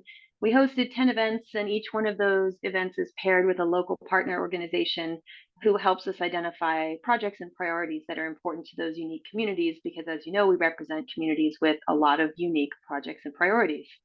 These 10 events hosted 736 people-ish in person, and had on stage speakers from 34 different organizations to bring their expertise to these meetings for folks who are often, well, actually, when I took a poll at most of these, about half and half would raise their hand for the question, is this your first River District event? So we do get a large, what we consider 101 population, where we're trying to promote the brand of the River District, explain who we are and what we do in the ecosystem of water entities and nonprofits across the Western Slope, and center what it is we're doing to advocate for those water users. We had 13 original media stories, and then a bunch of new subscribers for our newsletter, which continues to be the most impactful digital outreach platform that we have. So thank you to all of the board who attended. I know some of you all took varying roles of engagement, and for all of the effort that you put in, I just really appreciate it. It's really important for our local constituents to see your faces as their representatives speaking from your county perspective. So I just wanted to voice my appreciation for those of you who were able to take the time to show up there. Quick update on the Shoshone Water Right Preservation Campaign. I know this has already been covered a lot, so I'll keep it brief just from the EA perspective. A lot of our energy over the last quarter was towards supporting the West Slope funding tour and making sure that we maintain communications with partner organizations and coalition members. We had very engaged media interest. More than 30 stories were specifically from the press releases or the actions being taken by local governments in this funding process. So we had a lot of engaged press there, which was excellent. We have shifted away from, or finishing shifting away from our previous contractor, GBSM, who has done good work to help us get this campaign off the ground with the initial press conference and some of the early outreach efforts. And we've sort of focused in on an area where I think our team does need more support, and that is in the digital strategy and social media. So we've brought on board an agency called Darby's Digital Agency, and there's a quick preview of some of the more cohesive messaging and targeted outreach that you'll be seeing on the social media platforms for Shoshone going forward. And then as we've kind of moved quickly into the summer here, there's obviously a little bit less interest from the media since we're not cranking out those regular press releases with really big dollars attached to them. So we're going to fall back on trying to maintain sort of a drumbeat in the op-eds and letters to editors from various stakeholders, other groups that have already offered letters of support, probably be leaning on a few of you all directors to get our name in the paper and in the headlines, and just make sure that across the Western Slope and the state and the basin as a whole, we're still hearing about the importance of this effort. Coming up next, again, there's never a break, is going to be our seminar, September 20th in Grand Junction. Planning is already well underway for this full day event. We have panels focusing on the idea of Meet the Moment, where we are facing a time with unprecedented resources and technology, but also high stakes decision making, where kind of future generations of water users throughout the basin are going to be looking at the decisions being made here. Obviously, the Shoshone permanency effort will feature prominently, and we'll be hearing from a broad array of political electeds, local stakeholders, various experts on all kinds of topics. More information is already up on the website with a skeleton agenda for the day. Some of that will be subject to change going forward. And the registration is live. You can QR code it, but you guys please don't pay the registration fee. We'll have more information coming out to the directors if you all be able to share with your constituents and your circles of influence as we get a little bit closer. Once I'm back next week, the marketing package will come together and likely be in your inboxes soon. But I'm happy to answer any questions about that. So that's the wrap up from me. Any questions for Lindsay? During the director updates yesterday, nearly everyone mentioned the state of the river presentations and how good those are for all of our communities. So thanks for your yeoman's work on that. Those are impressive. Thank you. Anything else? Okay. Thank you, directors. Thank you, Lindsay. All right, moving into the policy arena. I have a lot to update you on in the state affairs world, beyond the fact that we're still waiting on the Secretary of State to finalize the ballot for the 2024 election. We'll have a couple of ballot measures, or at least one ballot measure that this board and our constituents will be interested in, and that is the debrucing of the Proposition DD revenues that were approved by voters as a tax on sports betting a few years back now. Revenue from that tax on sports betting has grown faster, I think, than pretty much anybody expected. As of this year, if we haven't already exceeded it, we will exceed the $29 million cap, over which the revenues just go back to the casinos. So I think you should not be surprised to see at your September budget workshop a resolution from me recommending support for that. As a reminder, this board unanimously supported the referred measure from the legislature that Representative Catlin and the Speaker and a handful of others were involved in. So we've already supported sending the question to the voters by way of legislation. But I do think the timing in September will be an important opportunity for our voice to be heard on that. And so in your board packet in September, there will be a resolution for you. Once that ballot measure has been finalized and everything, it's got a title and everything else in place, so. Yeah, just a quick question on that. So that's money that will continue to go for the state water plan. I'm just curious, how is that going in terms of getting, like we've talked about how important it is to have the community funding partnership provide money that's quick, and I just wonder, are we seeing the same from the state water plan? I money? would not say that the state water plant implementation grants program is as nimble as we are. I think they're different. I will say the amount of money going to projects identified within the water plan prioritized by roundtables has seen a significant plus up since we've seen this consistent influx of revenue and growth in revenue. The last two projects bills, for example, have been the two largest projects bills in history for by way of money from the legislature appropriated to CWC for water plant. And some of- implementation and others. Some of that is this money, this That's correct. sports money? Yep. Okay. I would say the lion's share. Okay. I don't have the exact breakdown, but it is a very significant amount. That being said, I think we've had concerns in the past about the state's ability to get dollars out the door quickly and in effect, that helps our water users, our shared constituents on the western slope. But I think by and large, this revenue is important, not only to us, but to other basins around the state as well. And just to maybe make sure I understand, it's like, our money is at the local, then you've got the state, and then you've got the federal. I assume they're more nimble than the feds. I think that's a safe assumption. Okay, just checking. Couldn't be less. Well, actually could be, so. It's probably a better assumption right now. Amy can step in and while she's doing that, I can't remember the title of, it was a bill we worked on with Senator Rankin back in I can't remember the exact year or even bill title, but created the exact buckets that the Proposition DD revenues are allowable to go to, one of which is water plant implementation.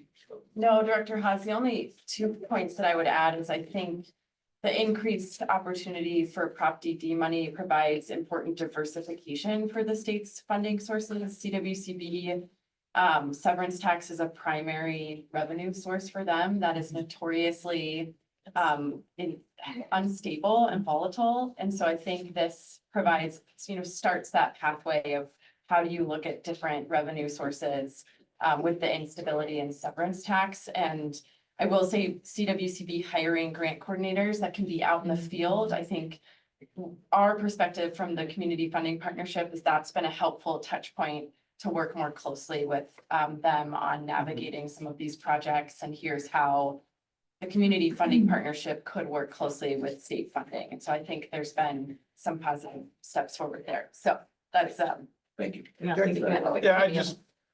I'm getting far too familiar with grants and trying to get funding. And I'll tell you, the average Joe can't do it. The average water conservancy district can't do it. You're looking at hiring specialized people. So that's a whole new level of funding that's out there. And there's a plethora of cash. But if you don't know their language, you ain't gonna be eligible. And the one team that I've been told to look at is for some grants, you're looking at a team of 4 to 6 people, roughly 6 months to write one grant. And then that's a maybe if you're eligible, if you're successful. So that's competitive, but that's the level of scrutiny that you're really under. So, and the state ain't far from that. Yeah, they're not at 6, but they're probably at 2. And I usually have a team that's writing these things, and it's very complex, and it's getting more complex as they go on. Director Chavez. Yeah, I'll echo what Director Vandenbrink is saying. The Upper Gunnison is even considering hiring a grant administrator because, well, one of the things we heard at our Gunnison Basin Roundtable meeting just this week is that why is the agricultural or the aging infrastructure pot so low? And they said it's based upon historic use of that pot. But I think one of the reasons why it hasn't seen more use is because it is more complicated to write those grant applications and you need someone to help take that money in, administer it, do the reporting, all those things that have to happen when you have a grant. And so just maybe encouraging, other conservancy districts and others to think about that and how we can help support those efforts and that need within our community so that, and we should start tapping that program more. But I think the CWCB also needs to make it a little easier too. Thanks. Elsewhere in the state affairs world, I did provide, and it's not my area of expertise, but we did see a pretty major overhaul of property tax in the final 4 days of the legislative session, which really was, it was a done deal. There was very little stakeholdering. It did reach bipartisan status. I think the kumbaya that was portrayed in the press was not necessarily what we saw in the building. Special districts were frustrated by a lack of engagement from the administration and from some of the leadership members. Counties and others were concerned and frustrated. In the end, it was bipartisan. It did reach a consensus that the Property Tax Commission created by the last interim session or special session supported. I can't tell you today exactly how that's going to affect us going forward. We can rest assured that our revenues and the permission we got from our voters under 7A to double our mill levy stays in place. But we are facing a cap. And I think it raises a question for us that staff will continue to dig through and work with CML and others to better understand in the coming months. We, as part of our ballot measure, we also asked for permission to escape the confines of Tabor. Well, we did that, and now we're essentially facing a new confine that's being placed on us by the legislature. And so that's problematic for me. I don't know that there's anything we can do about it at the moment.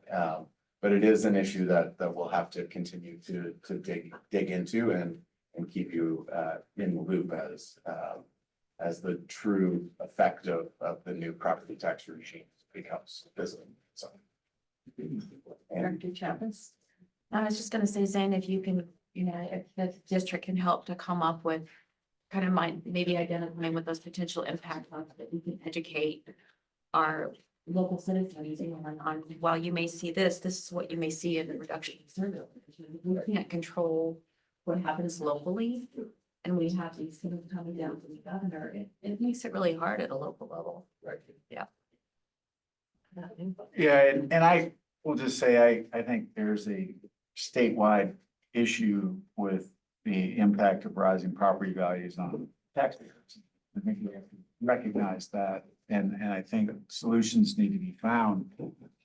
It is hard to be positioned in the field, the river district, and lumped in with other top property tax funded governments. Our polling of our likely voters, our taxpayers, is consistently shows tremendous support for this district and a willingness to pay even more taxes. And yet what we're seeing from the legislature, and frankly, from some initiatives that are on the ballot coming our way in November, is a very broad brush approach to taxpayer funded districts that, or property tax funded districts that lumps us in with all of the others.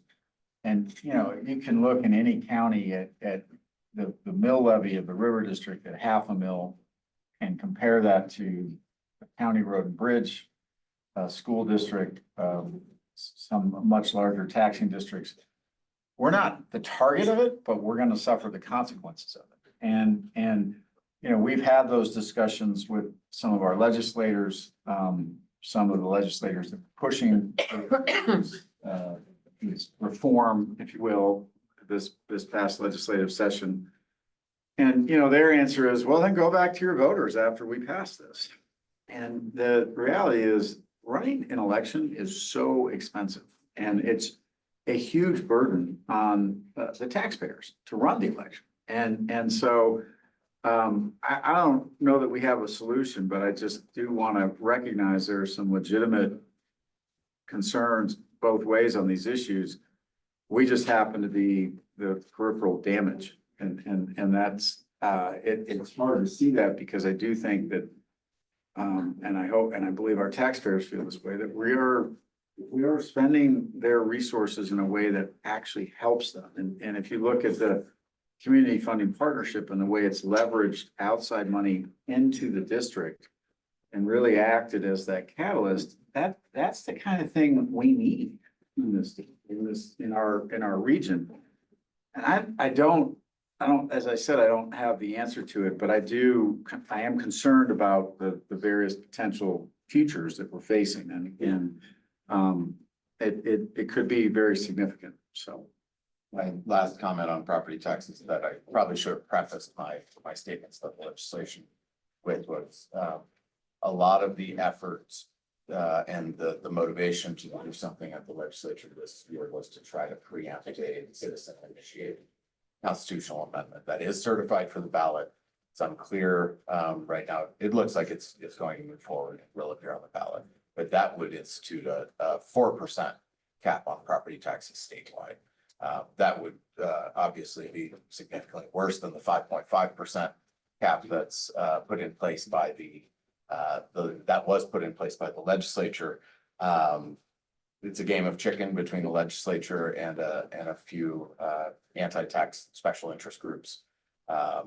We'll see how it all shakes out, but I do find some solace in the fact that it is a constitutional amendment. It will have to reach that higher threshold beyond 50% of voters, and so. But a lot of question marks there, but we'll be watching it closely. And I think county assessors and treasurers and finance officers are really scrambling, Nina knows that too, to try and figure out what exactly would the impact of these various measures be. Some of them want to tax different properties at different levels, and so it gets complicated to be able to say, here's the effect on your organization. Sort of to Andy's point, it's hard to predict that. Especially a multi-county organization. Right. Yep. Lastly, the Water Resources Review Committee, what used to be the interim committee and is now a special year-round committee, met for the first time last week in Denver. They'll meet again early August, and then 2 additional meetings.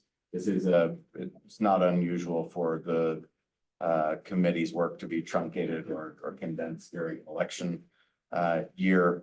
But we will know after the meeting on August 7th what bills are being requested, and at least have a little bit more information that I can provide you in September on what we expect to be debated by way of specific legislation out of that committee.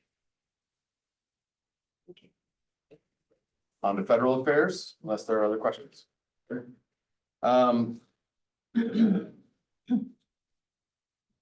Federal affairs, in your memo, I highlighted progress on the Farm Bill at the House level. In the lower chamber, the House bill moved forward in bipartisan fashion. 4 Democrats on the Ag Committee ended up voting with Republicans to move that bill out of committee.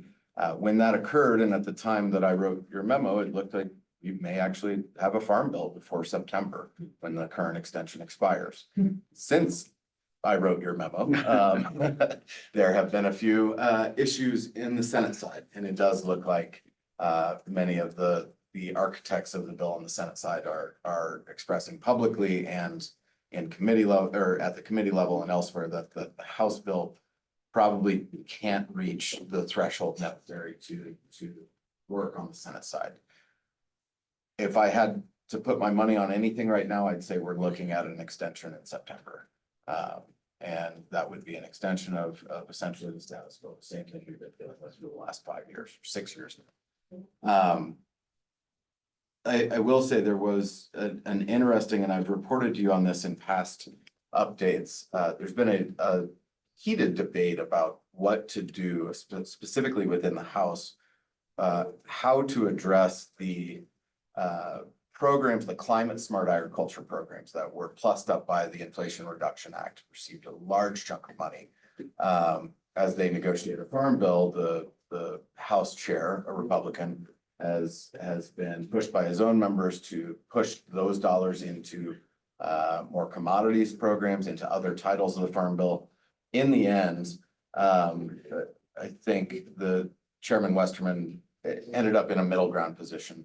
He did not support the continuation of those climate smart programs, but did agree to allow that money, which is in the multiples of billions of dollars, to remain in the conservation title, thus leaving open the opportunity if you're an organization or a user that relies, like we and our water users do, on the conservation title of the farm bill, leaves open the opportunity for a large chunk of that money being available for the programs that we rely most on. So it's not bad news for us. It was a bit of crafty politics. It appeased his members by taking that money away from climate smart agriculture, but also left the door open for stronger conservation efforts in a coming farm bill. So I think I also updated you in the memo on the introduction of the system conservation pilot program extension. That bill was introduced on June 18 by the prime sponsors were Senator Hickenlooper of Colorado, of course, Barrasso of Wyoming. It did include additional Upper Basin sponsorship from Senator Bennett, Romney, and a handful of others. That happened very quickly. I will say Senator Hickenlooper's staff reached out to us, had a conversation. I was on vacation at the time, but Andy and Amy had a call with Hickenlooper's staffer and expressed the concerns that our district has expressed previously related to SCPP.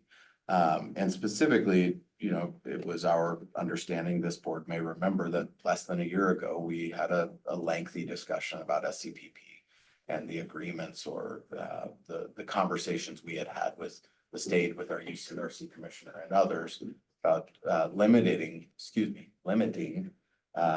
this SCPP 2024 to 1 year. To have a 2-year extension put upon us quickly without a lot of discussion, I think caught staff a little off guard.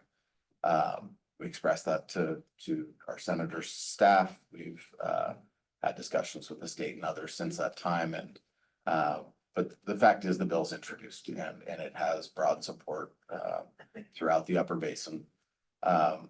Staff would like to recommend to you that we work with President Chandler Henry and the general manager to craft a letter to our delegation, highlighting many of the concerns that we've had with implementation of SCPP over the last 2 years, and ways that we see that the program could be improved, so that the burden isn't squarely placed on the back of West Slope agriculture.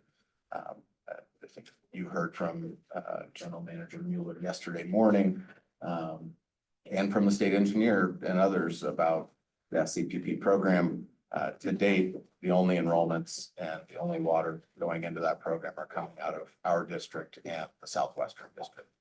I do get a sense from Hickenlooper staff and others that they are open to our input.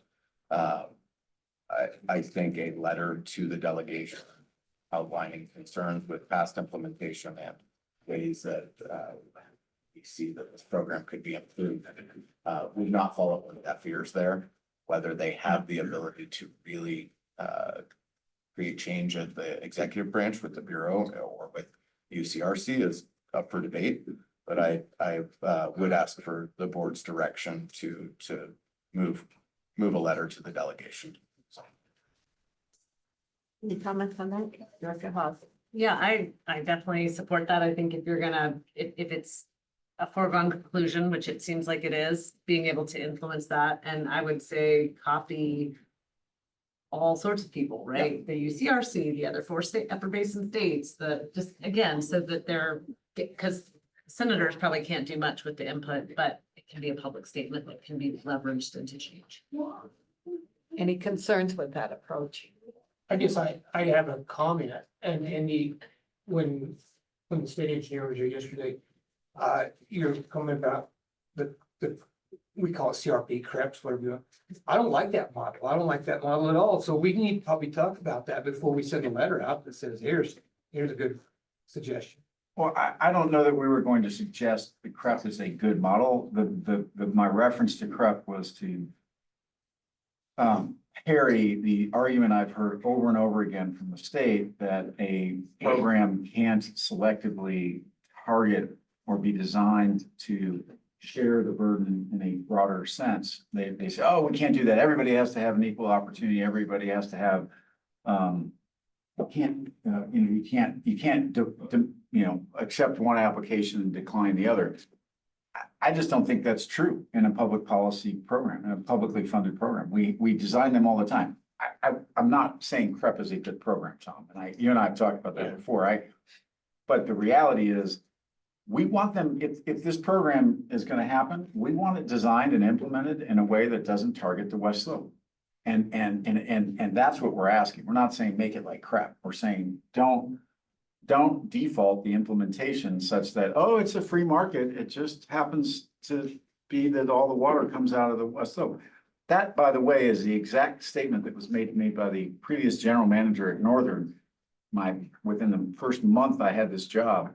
Hey, Andy, it should just be a free market. And you know why they said that? Because their water's worth $70,000 an acre foot and ours isn't. And they knew where the water was gonna come from.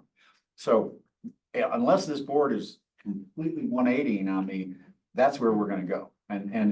But Tom, tell me what you're. Well, I think we just need more discussion on what the solution is. It's kind of complicated. Proportionality, voluntary, is a clash there. It works really well. We have, I don't mean to get tested, but we have discussed this over and over again with the board. That's what we came up with in terms of conceptual marketplace. Yeah. There are lots of sideboards we can create that protect and incentivize proportionality. It doesn't defeat voluntary. Doesn't mean everybody gets to participate. Voluntary means that it's an exercise of a private property right by a water right owner to participate in the project if in fact they're eligible. The eligibility is the sideboards that we need and the limitations that we need. Just because your neighbor participates doesn't mean you get it. It would dry up the entire ag industry in the West Slope. We shouldn't let that happen. That's the board's direction to me so far as a whole. If I'm wrong on that, please help me out. Well, it's late in the day, but voluntary is that no individual water right owner can be compulsed to participate. But voluntary doesn't mean that all basins can opt out if they feel like it, because their water is too expensive. There has to be some proportionality among basins, and that should be mandatory in a program. Agreed. And so then let them figure out how they're going to get volunteers to volunteer. We don't have the luxury of letting them. We've got to suggest how that happens. Well, I'm just saying, if it's mandatory that Front Range has to participate at a percentage of their consumptive use, then let them figure out how to get the volunteers on an individual basis. Yeah. Around the Front Range or around the Yampa or around the Gunnison or whatever. But I think it's gonna go forward. We could, unless we have, how do I say this? Unless we kind of keep pounding that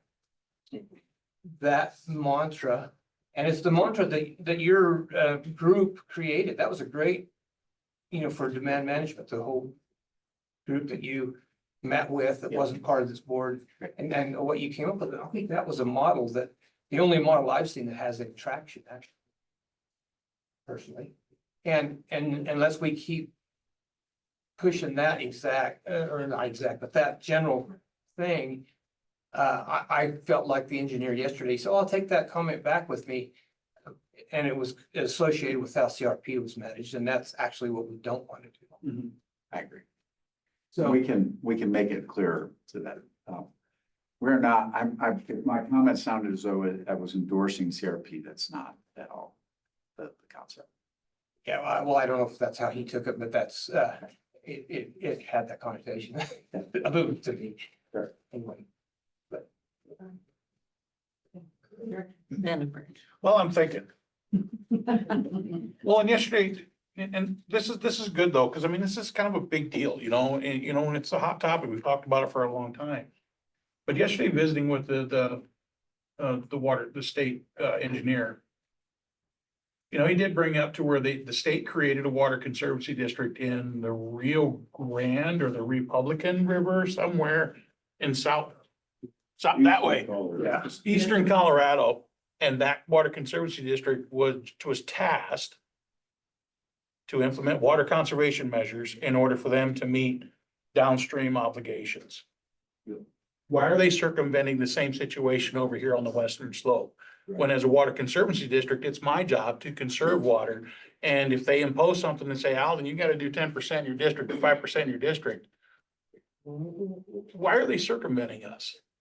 Yeah. What am I missing here? Right. And I would just say, we often confuse the words, but they are using both in the Rio Grande and the Republican block grants from the state with federal money, ARPA money, directly to programs that are directly operated by those regional basin-wide conservation districts. Those conservation districts were created and modeled after this water conservation district. The state, through the lobbying of their entities and their attorneys, the state did in fact fund that, and those programs are being run by those local organizations. We have time and time again pointed out to the state that that is a model that they should follow, and that if they want water conservation in the Colorado River Basin, they have 2 conservation districts that cover the entire district that will work with our conservancy districts and our irrigation districts and our water users to create a locally controlled and operated program that fits within the state's parameters. The state has never accepted that for whatever reason. Alden, you're asking me to get into psychology. No, But we agree with you that is a completely inconsistent position of this current state government. Well, I see that on more levels, but I heard conservancy. They're Your conservation. conservation district, okay, regardless, but still the powers are pretty similar in a way, so, okay, I'm not nuts then. Well. Not on that. Particular Not on that. Thanks for. Director All right. Vandenbrink, you may remember that was a key component of the conversation and the debate at the state capitol that ultimately led to the drought task force, but that debate over authority and the role that Western Slope and the conservation districts on the Western Slope, ourselves and Southwestern, would play in implementing systematic conservation programs that affect our water users. So, on the subject of a letter, I believe we have a number of previous communications authorized by this board on the subject that staff can work with the president and general manager and council to, we can, I think we have a good amount of previous communications that we can draw from to develop a letter for the delegation. And I don't think it's just those communications. I think it's the policies and the work that Director Gray identified that will help inform how that letter is written. So your suggestion is a very good. Yeah, well, on that point, some other things came up yesterday about these unintended consequences, like with Cameo call and with the call in Green County. So that might be something new that's worth pointing out as well. Unless anybody has concerns about that. But I think that's partly what we're doing here is this iteration of learning. At least that's my hope of what we're doing. All right. Anything else on external? Last week, the Senate did confirm a new deputy secretary that was mentioned in your memo. Came with support from Senator Barrasso and Manchin, who were the 2 primary holdups. The previously nominated deputy secretary, Laura Daniel Davis, who had Colorado connections. We were hopeful her would be confirmed, but couldn't get through the Manchin hold, and so Laura stepped aside and we have it's her name right now. It's in your memo, Stephanie something, but so new deputy secretary, some changes at the DOI and Bureau of Reclamation, which is not uncommon for this time in an administration. staff continues to work closely with delegation officers. I've had meetings with Representative Negus's folks, President Chandler Henry and I attended a meeting with Senator Hickenlooper a few weeks back in Eagle, and been in close communication with Bennett's staff as well. So staff is staying busy. I think all eyes right now are on the Inflation Reduction Act funding that will be seeking an investment in the Shoshone Permanency Project. So, any other questions or anything I can answer from the memos? I read that about what you did with the Bureau of Reclamation. That was a very well thought out process on how you're gonna seek that federal funding. That was a good dissertation that you gave, and this, by the way, it's to the recovery program. But that was a good write-up that you did, and I'm glad you did it. Thank you. We're, it's a whole team, Bruce, Amy. That was Andy, evident. Peter, we're all trying our best. Yeah. So, That was evident, so. and never a shortage of roadblocks thrown our way, so. Well, they've got budget constraints, as we all know. They got line across the line is what they just got. It's good to see that the River District can come in and ask for a blank grant from them to compete with their budget as well and constrain even more. So that's what I saw as encouraging. Thank you. You didn't pressure them. Thank you all. All right, check in. It is 12:15. We are 15 minutes over our scheduled agenda. We have about 30 minutes left. Would you like to take a short break 50. to I think I'll be a good bit quicker than 30 go minutes. faster? All right, well, then we will go ahead and finish and then grab lunch and We should say that Hunter can try to make it faster than 30 minutes. There's no guarantee. Yeah, you'll jump in? No. Thank you, directors. We have 6 requests related to Wolford Mountain projects. 3 of those related to a new HVAC system in our shop up there. One's related to some gate maintenance, and the last 2 are related to data safety. Sam is gonna summarize the first 4 of those. Yeah, so the first item is the shop heat at the maintenance building at Wolford. So we discussed this in the last meeting or 2. The whole heating system needs to be replaced, so we hired a contractor to give us a few alternative options. They sent out an RFP and we've received bids for all components that they designed. And staff is recommending replacing the current propane heating system with an all-electric heat pump-based system. So this was the more economical of 2 all-electric designs that they gave us. And we see a number of benefits in using the heat pump system. This adds cooling for the office, which we currently don't have. It would also operate more consistently and efficiently than a propane system, allow the district to transition to more sustainable sources of energy as the electricity generation mix continues to evolve. Eliminate propane deliveries, which we get about once a month in the heating system, heating season, and address significant safety concerns that we have with the current propane system. So the total project cost for this across the 3 contracts that we will need to sign is about $335,000. This is offset somewhat by lower energy costs ongoing using electricity with a much more efficient system than with the current propane system. But that's the total cost we're looking at. Do you want to have any discussions or questions before I go into the specific contracts we're looking for? Very quick question, I think. Have you found a contractor that can actually install this? Because that is I've been finding that's a big issue Yeah, apparently. it was the biggest hurdle. Okay, Yeah, we you have found sent out the RFP to 10 contractors and 1 gave us proposals for all 3 designs that we got. And so they're located in Silverthorne, but yes, we did find somebody to actually do the work. I might get their name from them. Okay, thank you. Quick question or? Go ahead, Dirk. Quick question. So you, over the lifetime, you're looking at $8,000 difference in terms of cost each year for the electric versus the propane.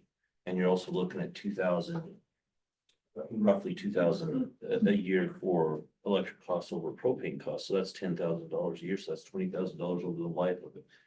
or $200,000 over the life of it. Is that really efficient? Sorry, so, it's the other way. So the upfront costs, for the equipment and installation, it's higher for the electric system, but the ongoing energy costs are less for the electric system. So we're looking at, my estimate was, I think, about $3,000 left annually for the system. That takes into account the fact that electricity prices are forecast to come down while propane prices are forecast to increase. So over the life of the system, if we assume 20 years for each, the propane and the electric system, it's about $100,000 more for the electric system. So that's where we're really looking at those benefits we'll need to get from this, from the cooling and the safety component, really. One thing, just being a devil's advocate here, but in regards to the cooling there, those guys would be inside being cooled as opposed to out doing their job, so. They spend most of their time outside, which thankfully is another reason we don't need as much heating up there as you might for people that are in the office all day. But that is true, both the heating season and cooling. A little bit more on the safety issue. We've had some issues up there where we have propane leaks and we don't catch it until later. And that's if propane just the way the density of it, it can cause, it's a pretty significant safety hazard. And also with the deliveries, you're constantly relying on this company to deliver it, and snowstorms and everything else. There's a big plus for us to have the consistency of the electrical supply. The questions. All right, so I can get into the specific contracts. So we have three contracts. One is for Tolan Mechanical Systems Company out of Silverthorne. So they're going to be doing the equipment procurement and the installation, and that's a total of $201,214. I'll move. Did you have a? I was gonna make a motion. All right, moved by Haas, second by Chavez. All right, thank you. All those in favor? Aye. Aye. Any opposed? All right, that one is approved. All right, thank you. So the second contract we have for that is with MSS Solutions, who provided the designs that we considered. They're looking to do project management and quality assurance and control for the project, which we're looking to have them do because we really don't have the expertise in this realm. And there are multiple contractors. It'll be a significant amount of time to do the project management. It'd be very helpful to have a third party doing QA QC work for this. So this is a total of $24,500. Any questions? So motion? So moved. Second, moved by Director Dennison, second by Director Hazard. All those in favor? Aye. Any opposed? And finally, we have a contract request for Grand Power and Plumbing. This is for all the electrician services required for the project. So they'll be connecting to power, upgrading to 600 amp service. This is a total of $94,090. Questions on that contract? Motion? So moved. Moved by Chavez, Second. second by Dennison. All those in favor? Aye. Aye. Any opposed? Remind me how big that office is. It's about, I think it's about 5,000 square feet, is that right? It's kind of split. Sounds right. But it uses multiple systems. There's a radiant system. There's also, in order to prevent like not just gas buildup from the welding, there's a separate circulation system. There's a furnace for the office. So it's a little more complicated with this. So that's all getting replaced. Yep. All right, so that's those three. Yeah, and I have one more. This is again at Wolford Reservoir. We talked about this last board meeting, but we've been considering replacing and or refurbishing the guard gate actuator and operator. So again, that's the equipment that raises and lowers the guard gate, very critical gate on the dam for dam safety and operations. We looked at a few alternatives and determined that the safest and most economical option would be to simply replace the actuator and the gear operator with new pieces of equipment and refurbish the existing equipment for use as spares in the future. So for example, we don't need to leave it not functioning for many months while we're getting repair work done. So the equipment has a significant lead time of about 8 to 10 months. So we're requesting the ability to purchase the equipment now so that we can get to the work next fall of 2025. So that's what we're requesting right now, is just the purchase of the new actuator and rear elevator therapy.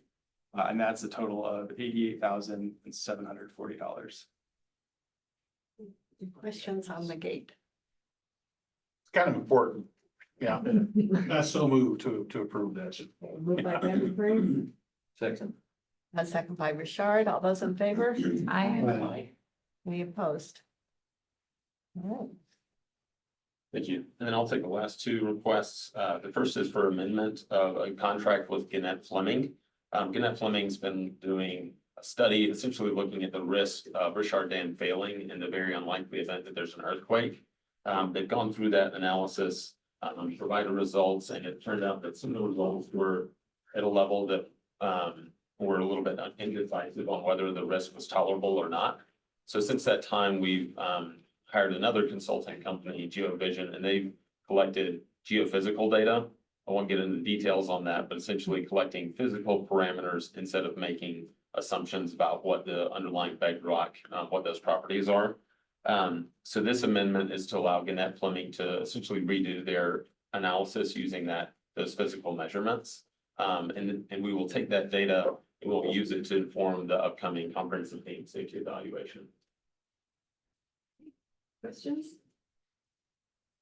Do we have a motion for this amendment? So moved. Moved by Richard, second by Beckley. All those in favor? Aye. Any opposed? All right, that passes. Okay. And then the last request is for an amendment with an existing contract with HDR Inc. They've been our primary consultant since the 2020 CDSE.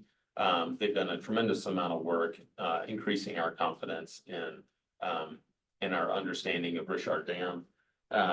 This amendment is to allow them a budget to participate in the upcoming comprehensive dam safety evaluation.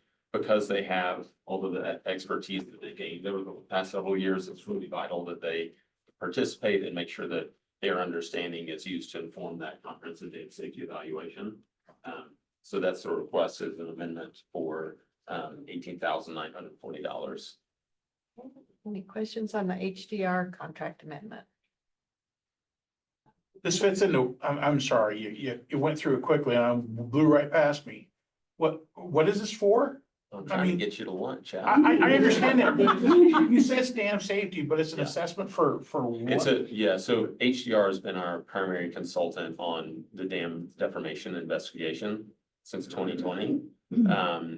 So they've done a lot of work under another contract, and this contract is to allow them to participate in the comprehensive dam safety evaluation in September of this year. Does that clear it up at all? Just to attend? Participate. To participate, yeah. Okay. They're an essential part of having. I understand that. It's just what conversation with the dam safety is happening. It's usually more specific. And if it's confidential, that's fine. I understand that. No, there's nothing confidential. It's just, so we have a week-long comprehensive dam safety evaluation. And then there's also a screening workshop before that. So essentially to have several of HDR's employees participate in all of it. And does this relate to the deformation? Yeah, the dam safety evaluation is. Gotcha. Okay. It's comprehensive, so it looks at everything. I understand that. Our risk driver has been the deformation related failure. I make a motion to approve it. And I'll second. All right, moved by Vandenbrink, second by Haas. All those in favor? Aye. Any opposed? Hey, good job. That was quick. Just real quickly, future meetings are listed on the agenda. I would add, however, RUA is not on there. It is scheduled for Colorado River Water Users Association in Vegas at Paris Hotel. Scheduled December 4th, 5th, and 6th. Which is a week early. A week early. Yeah. If you're planning on attending and happen to be an Eagles fan, the band Eagles, They are playing apparently that Friday night at the Sphere. Are you taking us all? No. I'm not saying I'm attending, I'll be on an earlier flight out, but some people are interested in that. Yeah, right. Holy cow, they are. The NFR also overlaps this year with CRUA. Which is awesome. The National Finals Rodeo. So Oh, that's usually. I bought this. So at least parts of the, of our constituents will also be, And Andy, the board strategy retreat. which is, In tandem with the next October board meeting. right, Yeah. so, right, it would be then the 17th, 16th and 17th. Do not schedule anything other than our board retreat on the 17th of October. Steve Beckley, that's news for you. Yes. So, Yeah. all right. Director Chavez. I just would add that the C9 Summit is at the Center for the Arts in Crested Butte, October 1st and 2nd as well. It's the gathering of the Basin Roundtables within the state. All right. All right. We are at, and we have lunch, it looks like in the back, and I think we should give a round of applause to all of the district staff for their. You did a help job, don't you?